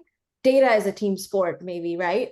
And that this could fit in under these adjunct things to a privacy lawyer's role in protecting the confidential data or trade secrets, not necessarily personal information, but still important to know. But I think what I'm hearing from you is still that there is a core function of what a privacy lawyer does, and handling incident response is not it. So for, we will not test. If you are raising your hand and saying, I am a privacy law specialist in California, we will not be testing, and you should not know the fact that you should run, ransomware threat actors through the sanctions list, for example. I'm saying we could include that question if we included that bucket in the same way as if I asked a question around intellectual property law in the test, in the sense of, I'm going to use data to train my AI algorithm. How could I do this? And one of the subtopics is use fair use argument under intellectual copyright law. We could ask that question because maybe we have a paragraph or two in the curriculum which talks about this issue. And so similarly, you could ask a question or two about incident response and that the importance of it and the importance of maintaining critical infrastructure and secure infrastructure, because we would have like a subtopic under other laws that apply or other things that are important. Can we go back to it? I think Hillary is next. Maybe Mariah's suggestion, which is if we deal with data, and there is a law governing how that data, should be used or processed or secured, then it would be under scope for this Yeah. specialty. Yeah. Hillary? So I'm just echoing, what other people have said. I agree. I don't think we should be focusing on cybersecurity, but as a privacy lawyer, like for my organization, I need to speak the language and understand it. I need to know what NIST is. Do I need to know the ins and outs of NIST and its requirements? No, but I need to be able to know what that is. I need to be able to know what a ping is, things like that. So that at least at a minimum, when I'm looking at a contract, I know what those terms are. With respect to incident response, I agree that that is starting to veer maybe towards cyber. But as a privacy lawyer, you do need to know kind of the standards for when a breach occurs, right? And what constitutes a breach and a security incident, things like that. And like when laws require maybe notification upon a potential compromise versus an actual suspicion of breach, things like that. So I think those kinds of standards would be important for a privacy attorney to be able to have a working knowledge of what those terms mean. Paul? Yeah, I fully agree with this. I think we do need to have something in relation to cybersecurity. We don't need to, of course, go in depth. We don't need to have, technical requirements and so forth. We don't need to talk about, different types of encryption or whatever. That goes well, way beyond, the scope of privacy law. But then we do have to have something, I think, because incident reporting, it is something which is required by data protection laws. It is something that the data protection authorities require. When we look at enforcement actions as well, it is something that authorities enforce. They go after companies and organizations who did not have adequate security measures. So we do need to have something there, I think, at least some kind of baseline approach in relation to this. And yeah, for sure, in large organizations, they may not necessarily go in depth in relation to incident handling and so forth, because they have separate teams handling it. But then I don't think that we can generalize this and say that all organizations, privacy lawyers, don't need to have any knowledge of security or incident handling, especially in mid-size or small organizations where they will only have one privacy lawyer. Well, in that case, the privacy lawyer would be expected to know at least some minimum requirements of security. So I think that's really the the fundamental point here is that we don't need to go in depth. We don't need to go into the specifics, the technicalities, and so forth. But we do need to have the minimum knowledge, I think, of what this entails and what a privacy lawyer would be expected to know. Michael? I also hearken everybody who responded before, and I just wanted to provide one anecdote that I remember from my cybersecurity examinations. The first rule of cybersecurity is actually physical security. Why have cybersecurity when you have no physical security? That's something similar to how I see data privacy. Why have data protecting a private when you don't have any security for that information? So it's just to harken back about we shouldn't need more than maybe a subtopic or a not a major topic, but a subtopic on it. I think it should be addressed because I think knowing the lingo, the different methods or procedures or on how to ensure the protection of what it is. Yeah, it comes back to just saying, I think it comes back to, like I said, the phrase that I remember from my cybersecurity stuff. The upwards and foremost is physical security before cybersecurity. And that's like one of those things in which I think security is needed. And I think we should test on that. And we should have it at least, and actually, one of the sub points for it. But thank you. I think what I'm hearing is that incident response and cybersecurity is going to be one of the subject topics that we consider.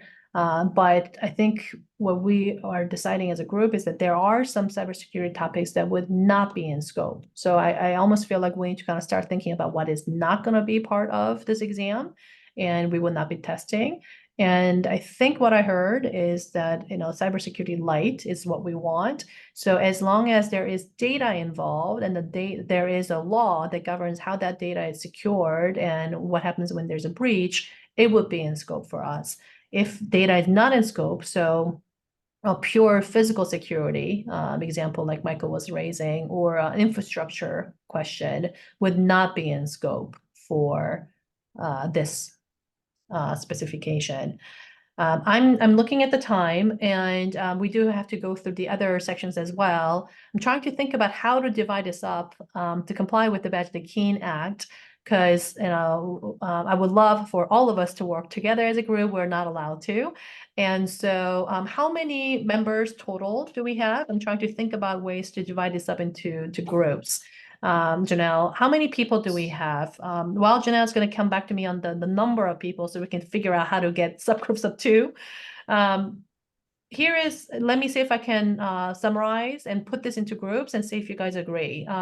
First was professional responsibility. Second is the principles. And then third is the application. Within application, I think we can divide it up to a couple of different subtopics. Within application, I would say data collection, data use, data security, data share, and then the intersection. So that would be dividing up application into 5 subtopics. And then I would have the 8th subtopic, which is emerging tech. We could have multiple groups, like professional responsibility could be multiple groups, principles could be multiple groups, emerging tech could be multiple groups, the same way that I've divided up applications into 5 groups. That is 8. That is the most streamlined that I can make it, based on kind of the big topics that have come up. How many total do we have? How many members total do we have, Janelle? We have a total of 13 members, but today 13? we have only 11, so I would work off the 11 members that we have today. Okay. Imagine that I can't somehow strong arm the other 2 to work on the tasking over the course. Let's work with 11. That means there is 3. If we get basically those 8 is owned by 1 person, right? And you got 3. Ryan and I usually are floating so that we can help manage. That means if each of us took one of those 8 topics and one of those topics had 2 people, but everybody had just one of those topics, then Ryan and I can float and we can basically divide up these 8 topics into 2 so that, we can work with you in developing this. That's one way to do it. That's how I think we have done it in the past, to have subtopics and then Ryan and I divide up the topics into 2 so that Ryan and I are not talking to each other. How do you like that? Do we feel like with 11 of us, do we feel like each of you could own one of those topics? Let me say it again and see if you agree with the way that I have divided up so far. 1 person responsible for professional responsibility topics, 2 principles, 3 data collection, 4 data use, 5 data security, 6 data sharing, 7 the intersection of all the laws, 8 emerging tech. Do we like that? Do we want to maybe combine? I'm Add? going to throw in a recommendation to combine and maybe have 2 people assigned to 2 topics each. I would just personally benefit from other people's perspectives on the topic as well. And then also, what is the deliverable here?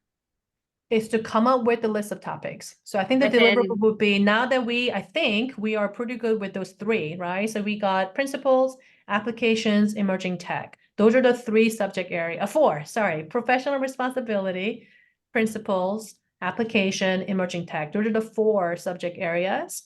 The tasking for the next month is going to be to come up with those subtopics, the topics that go under the subject areas. So what you're saying, then, Mariah, is that 2 people get, so since we only have 11 people, what that means is that you will work on 2 topics. With one other person. With one other We would be person. responsible for 2. Personally, I like that, but defer to the group. That just means that I think that means that Ryan and I will not be able to, have visibility into all the topics. I think, right? Is that right? Only 2 people can work on it together, not 3. Is that right? Oh. Correct. Yeah. So the reason that we had it the other way, was basically that way I will know, right? I will know that data collection and use. Let's say I take the application, right? Then I would say, hey, Mariah, you're working on this data collection, and hey, Lindsay, you're working on data use. The 2 of you are, not, you're overlapping in this way, for example, right? Like, oh, Lindsay has this, and so don't do that at Mariah. Whereas if you are only working on those 2 topics, Understood. Yeah. I did not appreciate the 2-person limitation. Right. So, that's fine with me. Yeah. So I'm not saying, either way. I think there's pros and cons for, either way. And then Ryan, I don't know if you're up for it. It does mean that we would have to work with basically, half of all of these topics, with the half of the group that are here, instead of just us, right? Taking up, let's say, 1 or 2 topics. So it is more work on Ryan and me, but that's the one way that I think allows for either us to kind of have oversight over multiple topics. That's the only way that we can work on more than 1 topic, basically, because of the Badgley-Keene rule. Yeah, I think that being able to have insight into kind of what the different topics are, I think it might be helpful so we don't run into too much overlap. Yeah. Having said that, I think that means, to your point, Mariah, right? So let's say, Mariah, you are responsible for professional responsibility. You and I will work on professional responsibility. We wouldn't have the benefit of a 3rd person, like Lindsay. But we get the benefit of either working with you or Ryan. So Correct. Okay. That's great. right. Who will have, insights into the other Great. groups.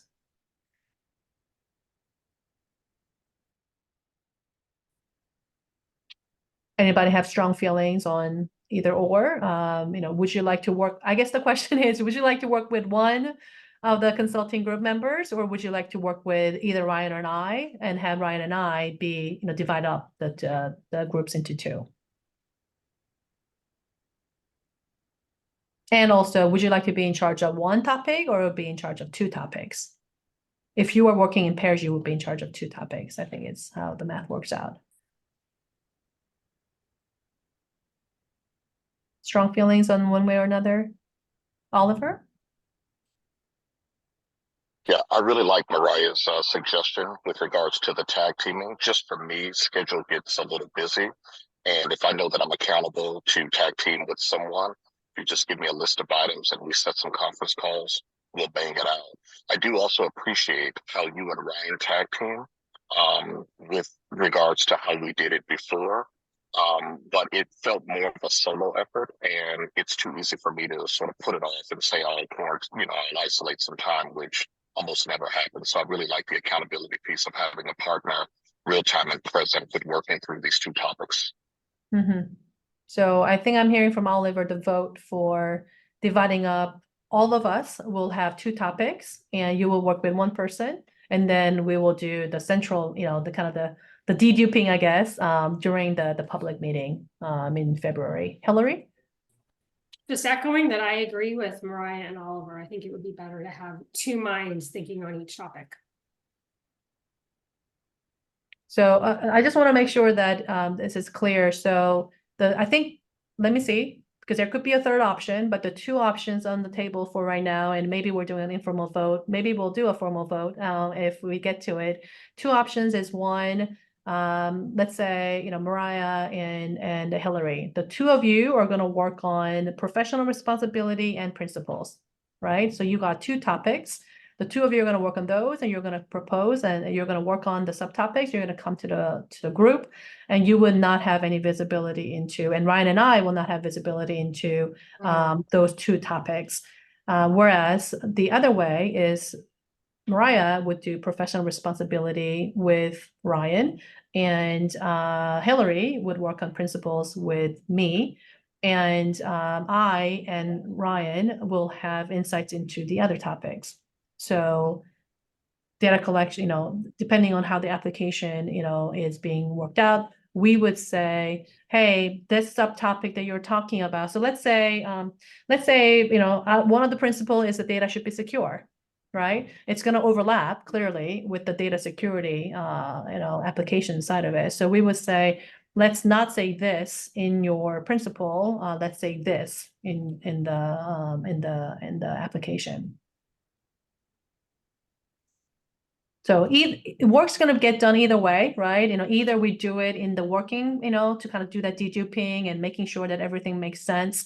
We can do that work off camera, or we can do it on camera, during the public meeting. It just depends on whether you like that. You want to work with one person on two topics, or you want to own a topic, with either Ryan and I, and then have a moderated conversation during the public meeting. Hi, this is Does it make Torian. I have sense? a question. Sorry, I didn't raise my hand. I don't want to cut anyone off if anyone raised their hand beforehand. You are good. I think Oliver and Smita have hands up after you. Oh, okay. All right. So it sounds like it would be a two-member Either way, you'll be working with somebody else. Yeah. So it would be two members either way. I think that Correct. is interesting. And then also, because initially, obviously, I like working in pairs as well. But it does seem like there is an efficiency, because then, you and Ryan will know what other people are working on. So if we start heading down a path, you could save time by saying, oh, it's already been handled by so, this other group person. So I guess what I would just want to know is, given the fact that you and Ryan are going to be split among, other people, is there a way you could have, like, I'm just thinking out loud, we're brainstorming, right? Yeah.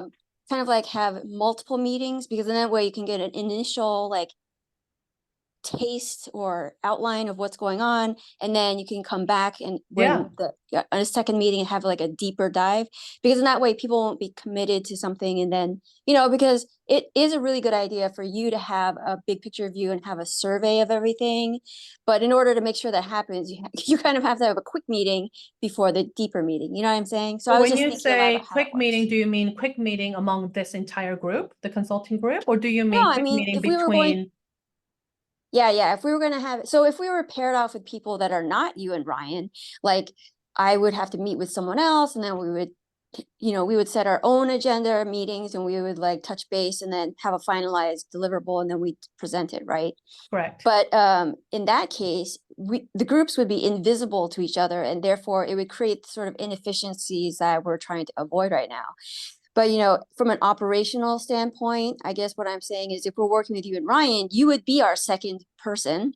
Correct. Which is awesome for efficiency. But then we would have to make sure that we met with you, so you and Ryan would get an overview. Because how are you going to say, oh, so and someone else is working on that, unless you have met with everybody already? Correct. You know what I mean? You wouldn't know that. Yeah. That's So right. Right. Yeah, So what you're so saying my is within the next month, right? So let's say you and I are working, Soyan, and let's say we're in charge of professional responsibility, right? You and I will say, okay, our very first meeting, the brainstorming will be the first week. And I will try to set up that brainstorming with all of the groups that I'm responsible for. So the second week we come back and say, okay, Soyan is going to do that. I'm going to do that. So we have our, tasking, and we come back, and then the second week we meet, I'll say, oh, this is really interesting. During this emerging technology conversation, we talked about AI, and here in the professional responsibility, we're talking about AI. This is how the two overlap, right? Yeah, exactly. So, then I can take it back and say, well, Lindsay is saying this in the emerging tech. Soyan, you're saying this in the professional responsibility. The two AI topics overlap. Here's how we should do it. That's how right. the group management could work off camera. Yeah. That's right. So I think that would come from the sort of a first shorter meeting, because then you would get an overview, and then I like that idea. Yeah, because otherwise, we're gonna be, Yeah. we'll Yeah, end up in I the think same what you're place. saying is, once we do have the tasking, we should meet multiple times. Yeah, It exactly. shouldn't be that we're just off and doing it and then coming, like, we should have some time, before we present our suggestions, so that you get the feedback, you have the benefit of, knowing what the other groups are doing. I think that's That- what you're suggesting, and that's a good suggestion, so thank That's you. right, because otherwise, how would you and Ryan know? But Yeah, anyway, so I think that's that right. for the group, we have to understand that Ryan and Jiwon would be our second person. So it's not like we wouldn't have a second person. It would just be, one of you two. And then the suggestion is to have multiple meetings so that you guys can get a robust overview so that you can guide us in the most efficient way possible. Right. Thanks. Right. I think the order was Oliver, Hillary, and Smita. Let me know if I got that wrong. Oliver? You got it. So, not exactly sure where this falls in line with how we're, coming down on a potential solution here. But I would like to add this. While I appreciate again you and Ryan sort of, roving through the various groups, because this is a working group, and also because we err on the side of transparency, pulling these items together for a large number of practitioners in the state, both now and into the future, I personally would appreciate, really sort of getting my hands into this with, a partner here, because I think there's some learnings and some blind spots here that we can help fill each other out on, such that when we come back and we have that discussion in the larger group, I think it would be very helpful for individuals who are perhaps chiming in the public, or really taking the time to go back and look at the, transcriptions or what have you, to see how we work through the paring down of the topics. Again, I appreciate the efficiency, but I think that the transparency and really working to, delve into this sandbox so that they understood the depth and breadth of the work that this working group did. I'm just erring on that side. Again, I'm indifferent, but that's just my preference. So thank you. I hear you. Hillary? So I just want to clarify, because I was a little confused about your and Ryan's role on each group. You would not just be there to ensure we're on the right track and ensure we're not kind of veering off to other people, but actually contributing as well as a thought partner. I think so. That's the way I have been working, Okay. with you guys. Although if I recall, was it 2 or 3? Because Hillary, you had it was 2 another people in person our you were group. working with. Yeah, I'm recalling that you do had a. Isn't that right, Adrian? You had another. When we divided up the work last year, you had another partner, and then I think helped basically put all the deck together. But you had another partner then too, right? So I had a partner, so I believe Mariah and I worked together Right. on that one. Yeah. I wonder why couldn't we do the same That's now? what I mean, it's because I know we had 2 people last time, so I'm not quite Right. sure why it wouldn't work this time. I don't. Can you remind us again what the limitations are in terms of not more than 2 working together?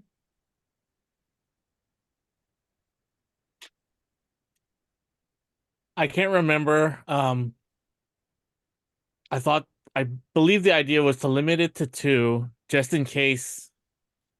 So the limit might actually be 3, but we were suggesting 2, just so that we don't run into, if there's a third person, like if we went with 3 and then someone else got involved and then that's 4, that definitely puts us over Oh, the max. okay. Well, if that's true, then let's go with 3. Yeah. But then and we'll make sure that we again, don't yeah, get a fourth you just person have to be really involved. careful I about see. who you're sharing the information with, or those discussions with, or who's taking part with in any of that. Okay. So for example, when Ryan and I meet, we just need to make sure that we're not talking to each other.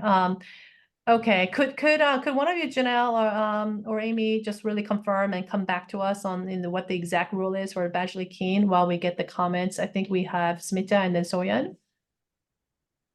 If I'm not mistaken, sorry, Smita, when you guys had the last assignment, you two people worked with one another, and then you brought the information back to the chair and the vice chair, which then provided it back to me for presentation wise for your following meeting. Yeah.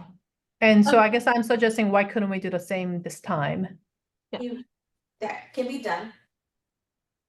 Okay, so And maybe so we're we going send- back to what everyone is saying, which is have two people work on each of these topics. And then Ryan and I will assemble, just make sure that this, the train is running on time, but it wouldn't be a substantive, work. And then we will So- have all of the topics together. So G1, we have our Office of General Counsel here in the meeting, and she could clarify, the specifications in terms of how we can accomplish this without violating Bagley. Okay. So go ahead, G. Thanks, Amy. It should be limited to 2 members. And so for that reason, we shouldn't have floating members. Like the body should be made up of a maximum of 2 people, providing this advisory function.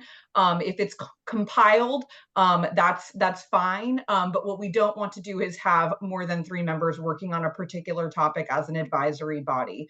Was that because more that than does 3 or trigger more than 2? more than 2. So it should be limited to 2.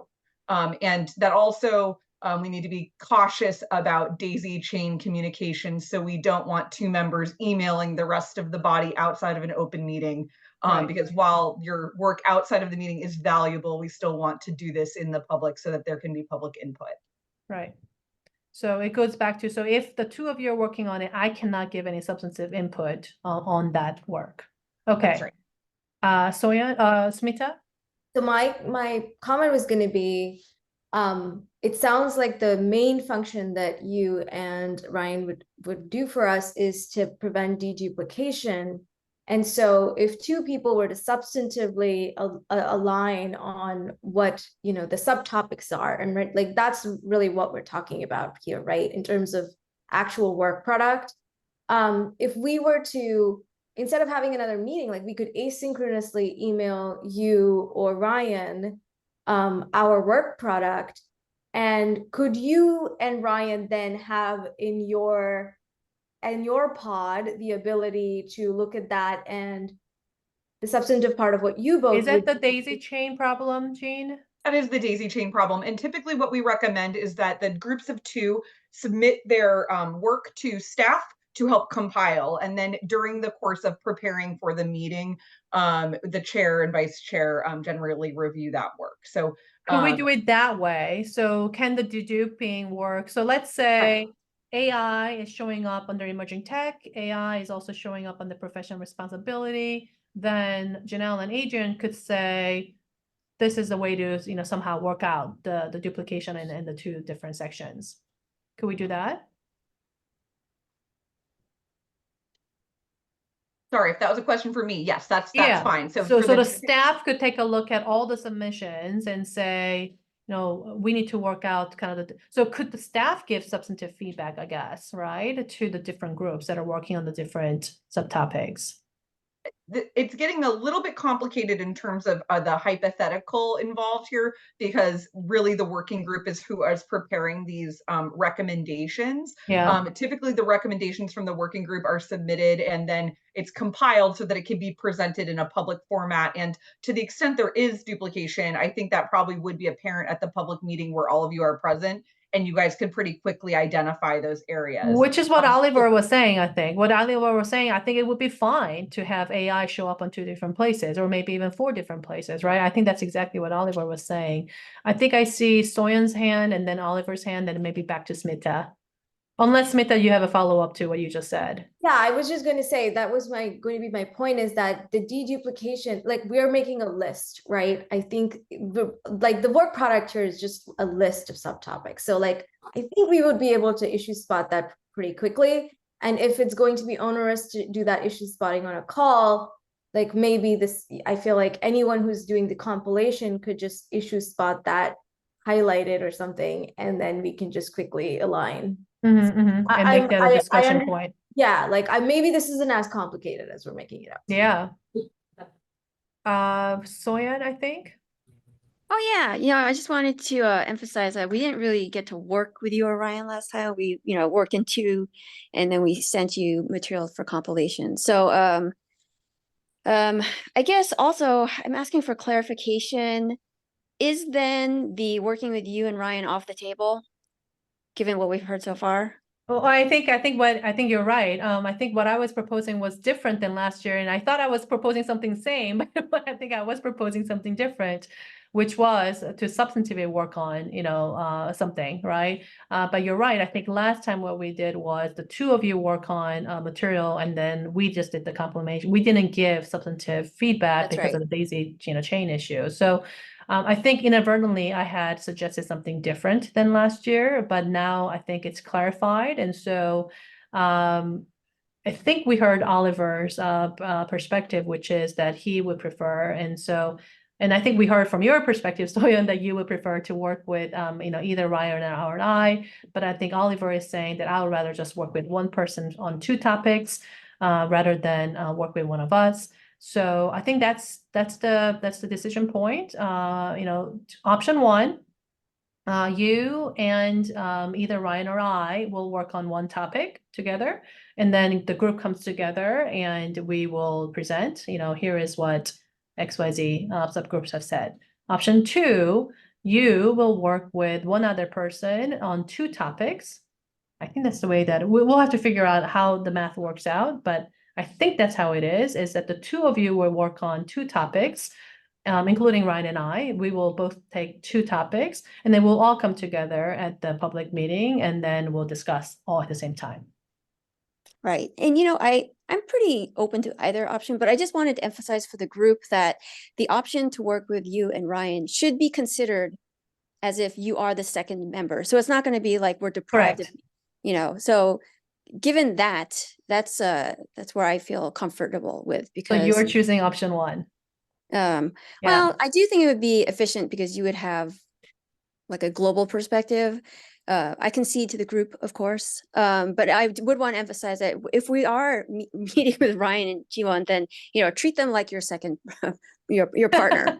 Yeah, I guess what you're saying is Ryan and I need to be up to the task, which is that we will be working on 4 topics or 5 topics with you. That's right. It'll be fun. Yeah. Okay, thanks. And I think Ryan is saying yes to that. If that's what the group would like. Any other comments? Can we hear from the other groups? Do we have any strong feelings, one versus the other?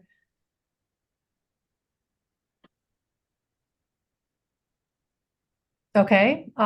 If discussion is over, should we put it to an informal vote? Just, hands up, hands down. I don't think this has to be a formal vote, but I think, Soyeon has one preference, and then Oliver has another preference. And so I think it would be helpful to kind of see what, I don't know if this is too democratic or not.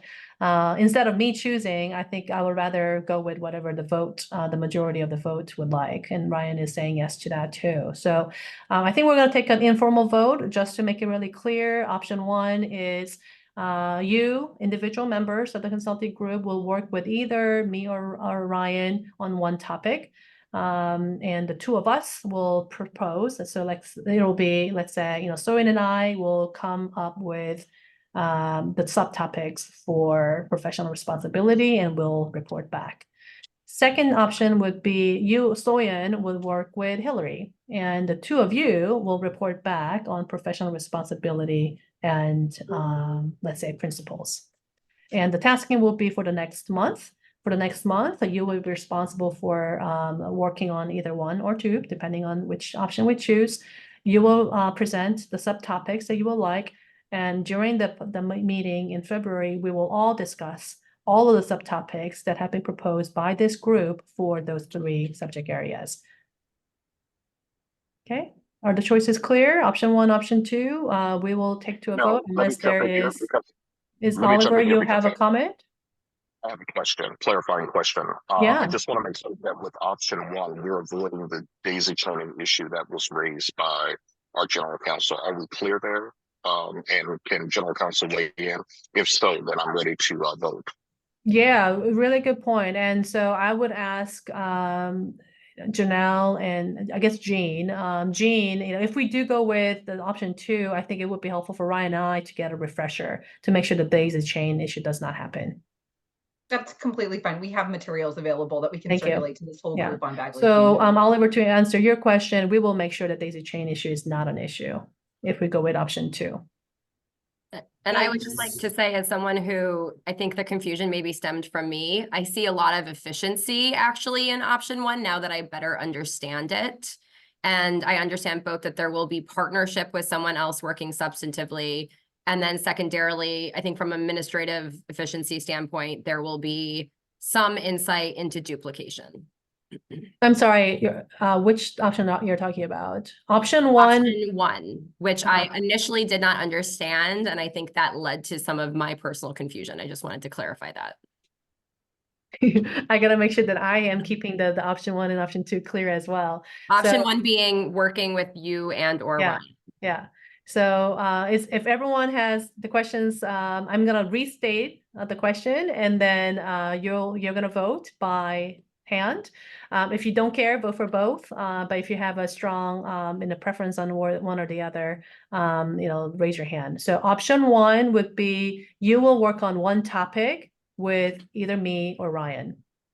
That's the tasking. You will work with one of us on one topic. That's option one. Option two is you will work on two topics with one other person, and you will come back to The majority of hands for option one.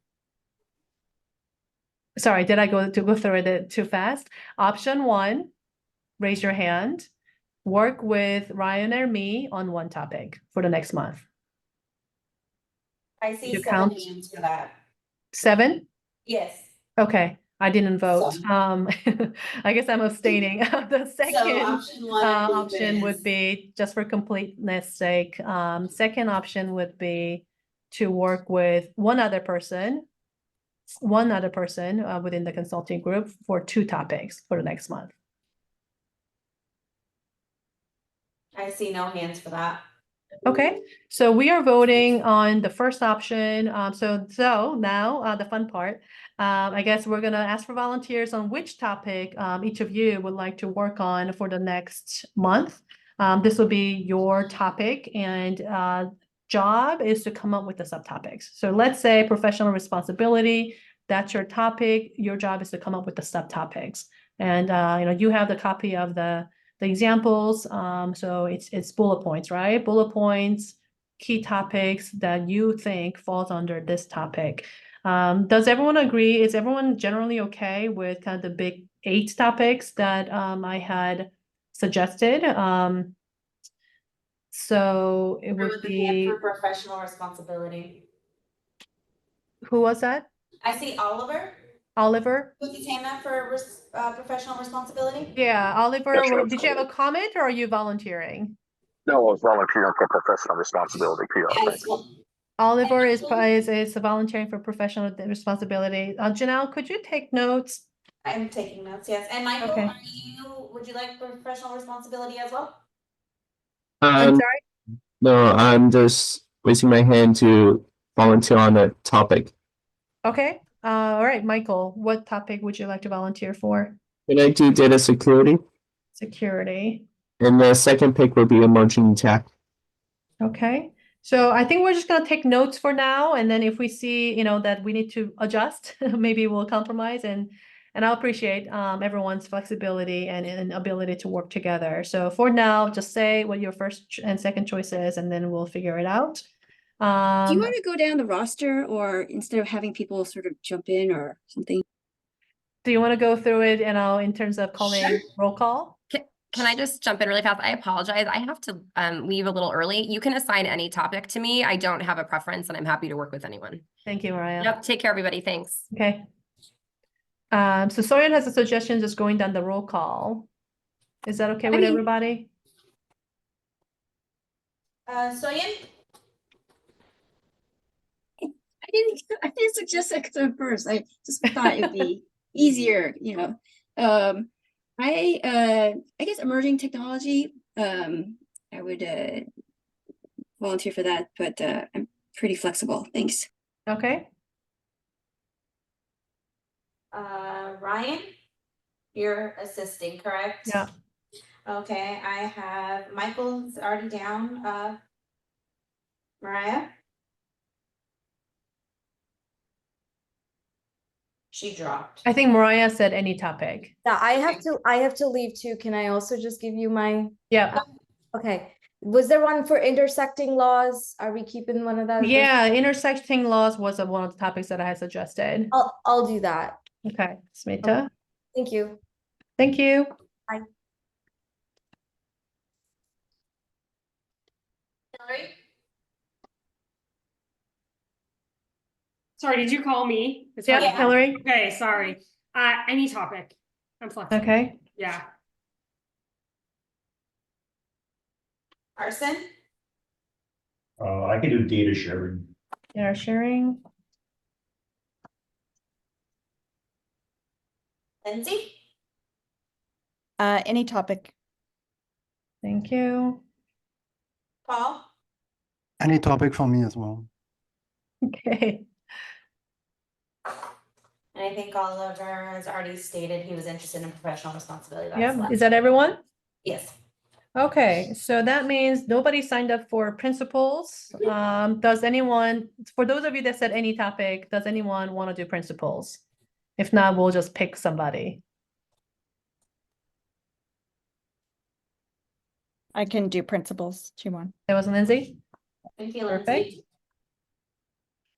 Next, let's data collection. Does anyone want to do data collection? If not, we'll pick on somebody.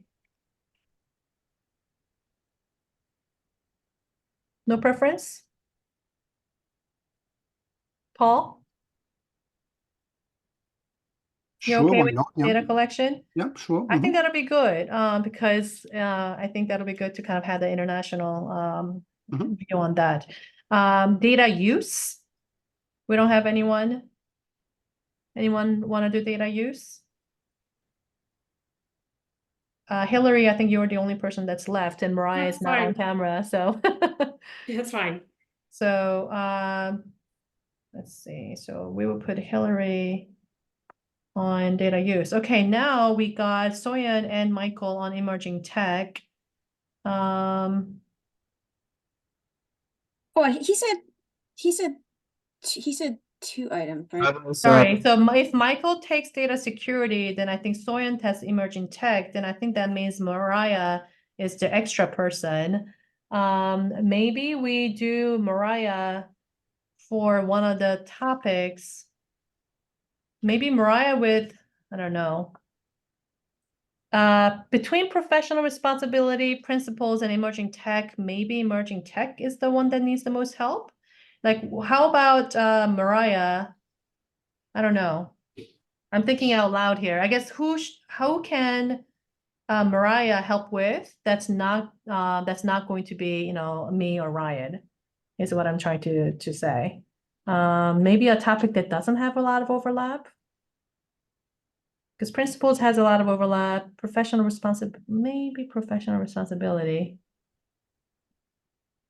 Should we put professional responsibility as a separate topic that Ryan and I will not be participating in and have Mariah help Oliver? What do you think? I'm seeing yes from Ryan. That's what I was thinking. Yeah. So Oliver, if you, and I know that you had wanted to work with another person, and so if Mariah can be your partner on the professional responsibilities, then Ryan and I will divide up the principles and the application and the emerging tech topics. That works? That's okay with you, Oliver? I think you're breaking up a little bit.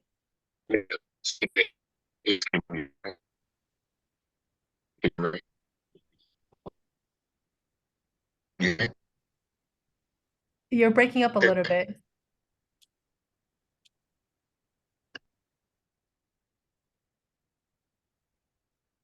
Was it a yes? No? Can you hear me? Yes, that's much better. Yes. That's okay? All right. It is. Did I hear a yes from Oliver? Maybe Yes, all- you did. Yes, okay. All right, we did it. We have it divided up into 8 topics. And I think Ryan and I will come back to you and say who is working with you on the different topics. So look out for an email from us and start scheduling those multiple meetings as Soyeon has suggested. I'm looking at the clock, it's 12:20 now, and I think we have until 2. Should we take a quick break? Can everyone use a quick break? Should we do a quick break, like a 10-15 minute break, or should we do like an hour lunch break? I'm throwing it out there because I think the rest of it could go probably kind of quickly. I'm hoping. I think the rest of the material shouldn't take more than, I think 20 to 30 minutes.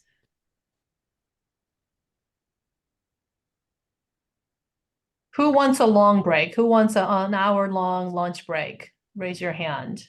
I see a hand from Lindsay and Oliver. Is that a question or a comment? I just have to go run an errand and come back, so I'm fine with taking a shorter break, but I might be like 5 minutes late coming back. Okay. Oliver?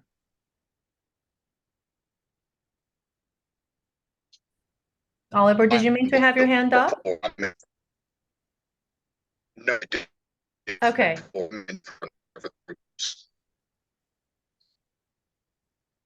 I think he said that he does not have a hand up. Yeah, okay.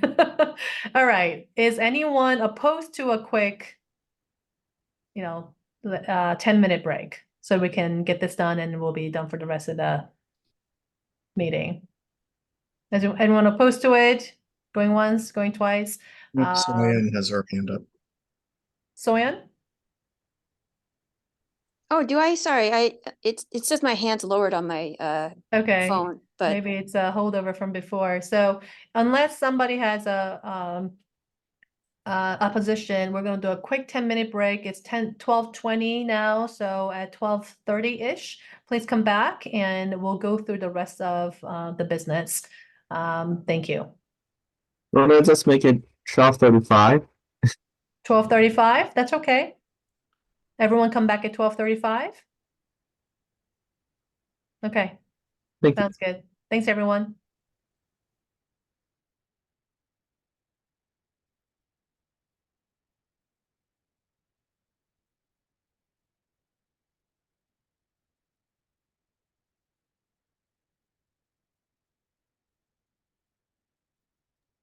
hey, Adrian, are you still on? I am. Hey, I have a call at 1 o'clock, so I was wondering, but this meeting doesn't end until 2, right? I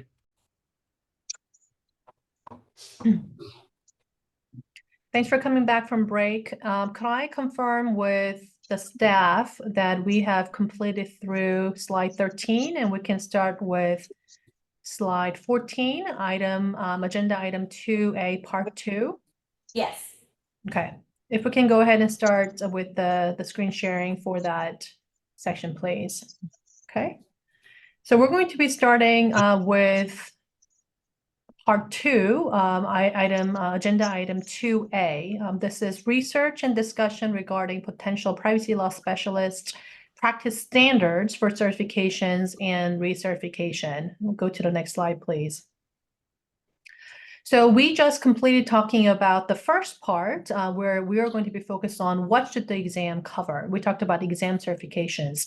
This part, part 2, is going to be talking about what is the practice and task requirement. So in addition to taking the exam, so we started first by talking about what's going to go into the exam. This is the eligibility criteria. How do we allow for the qualifications?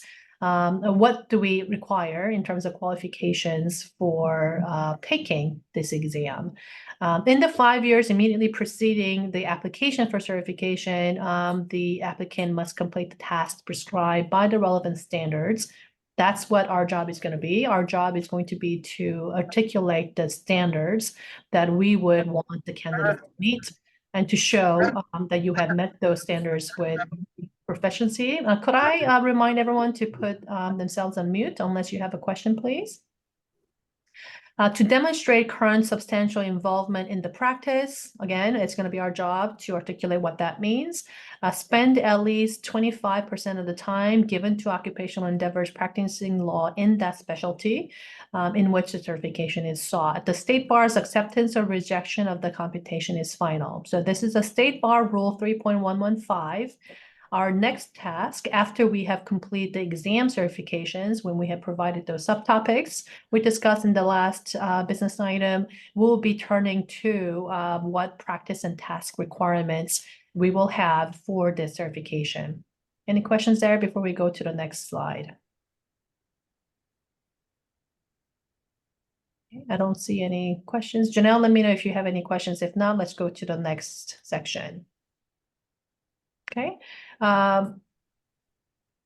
This is part of the planning session. We're giving you an example. The staff has prepared, giving you an example of how the specialty areas have articulated the reporting method and the type and the certification and recertification, whether it is the same or not. So again, this is information for us to consider in terms of how the other specialty areas have looked at how to calculate, reporting method and type. So you can see here for certifying on litigation matters, you get a certain points by cases, you get a certain task by categories. So there are, we can take a look at, we should consider as we move forward in the next tasking, which is not now, so not in the next month, but have in your understanding, this is what we'll be doing next, is to take a look at how the other specialty areas have elaborated on the standards for certifications, and this is what we'll be taking a look at. And we'll, again, come back to this during the next month. This is what we'll be deciding on next month. So think about, as we're working on the exam certifications, what next month's discussion will be, which is to do the work on and identifying what practice standards we will want to include, we will propose to include as part of our certification eligibility requirement. Okay, let's go to the next slide.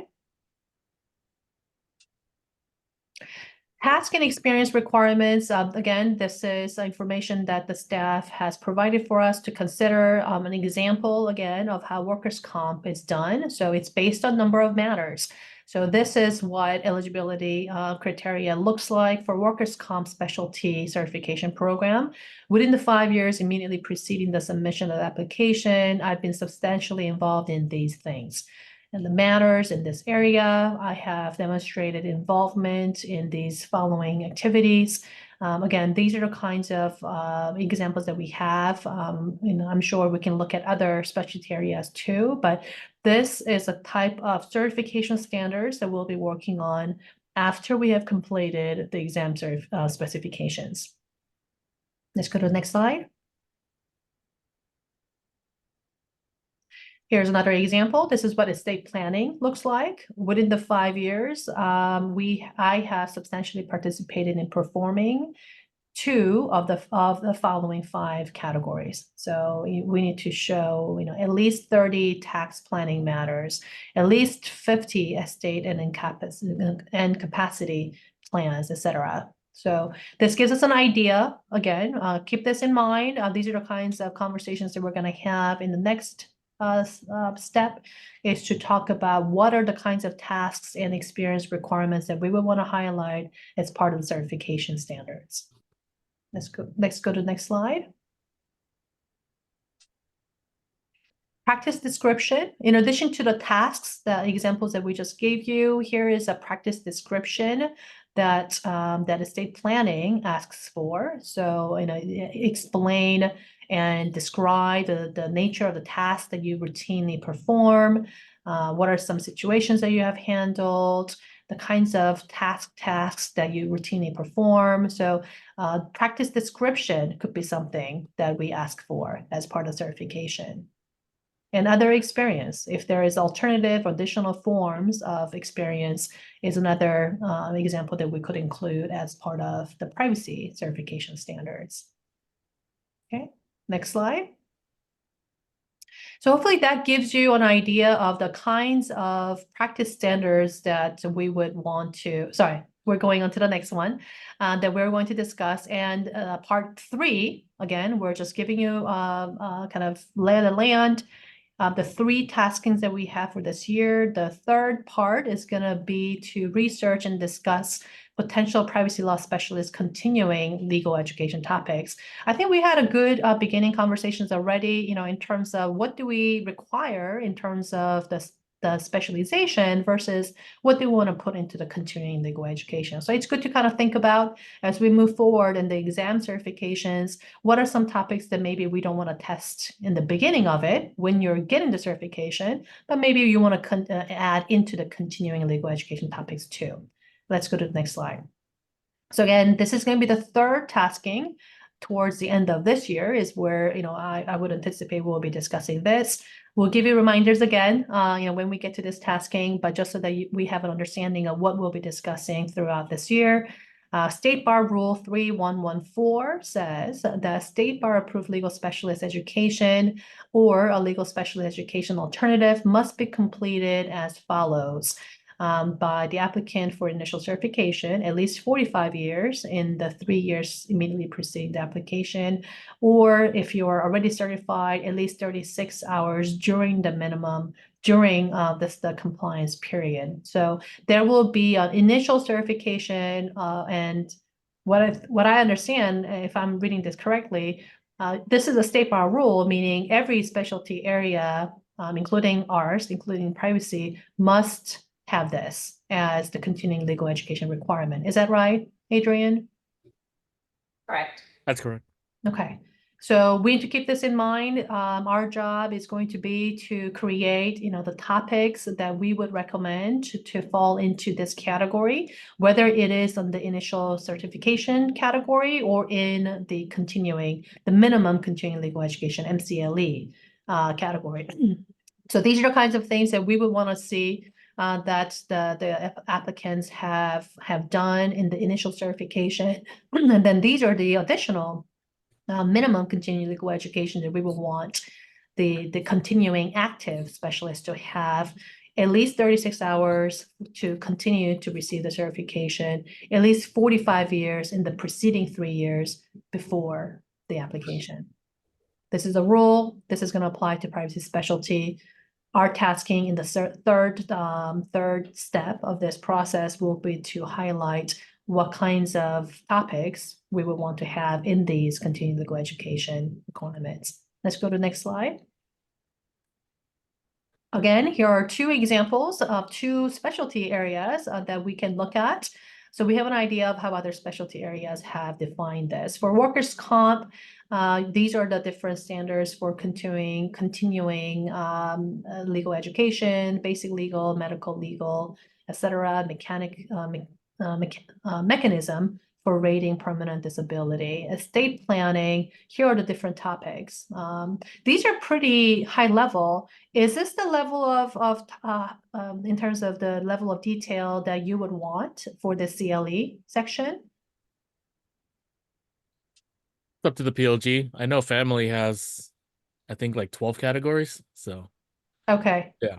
But this is really what you're looking for. So you're looking for basically a bullet point list. It could be 5, it could be 12. These are the areas, if you are doing continuing legal education in these 12 areas, we're going to count it as continuing legal education. Yeah, This is the so- level of detail that you want for this third Yeah. section. It's so applicants know.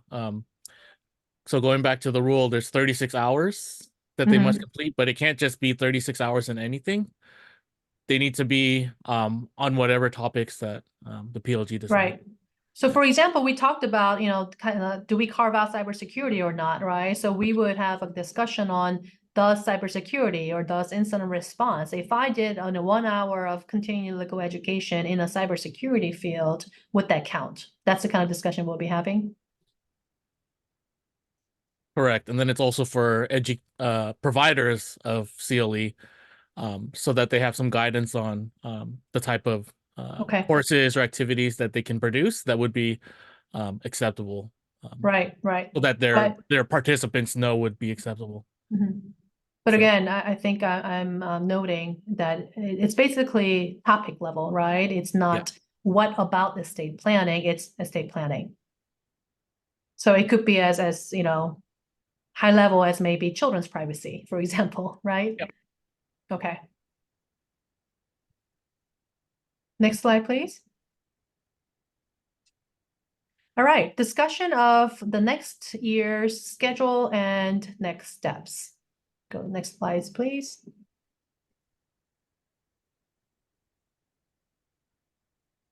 Here are the meeting schedules. These are the dates that the staff proposes. So we have the dates for the next 2 years, I guess.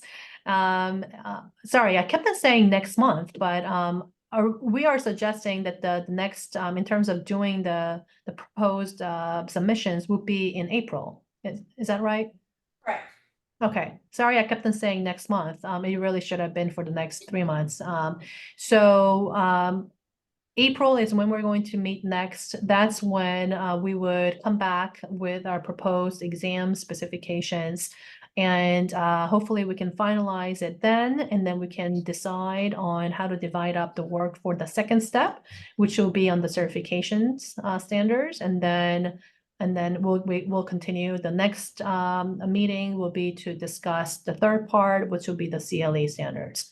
So the way that the staff is proposing is for, these 4 meetings in the next year, for each of these tasking to be completed at each of those times. So every time we meet, we'll approve the work from the previous meeting, and then also decide on the next tasking before we adjourn. That's the way that we're thinking about it. These are the dates that the staff has proposed. Can we ask right now for everyone to take a look at their calendars? If there is hard, I can't make it. We do want quorum for the group. Should we take some time to do that? Is that helpful, Janelle? I'll send out an invite, and for those who have declined based upon that for quorum, I'll go ahead and adjust the dates from there and send Got out it. a possible date from there. Okay, that sounds pretty efficient. So for the group, Janelle will be sending a calendar invite. If you can't make it, decline. Janelle will let us know if we have a majority. If we don't have quorum, then we'll have to find another date. So please accept or decline the meeting invites that are sent by Janelle for these dates. Does that work? That works. Okay.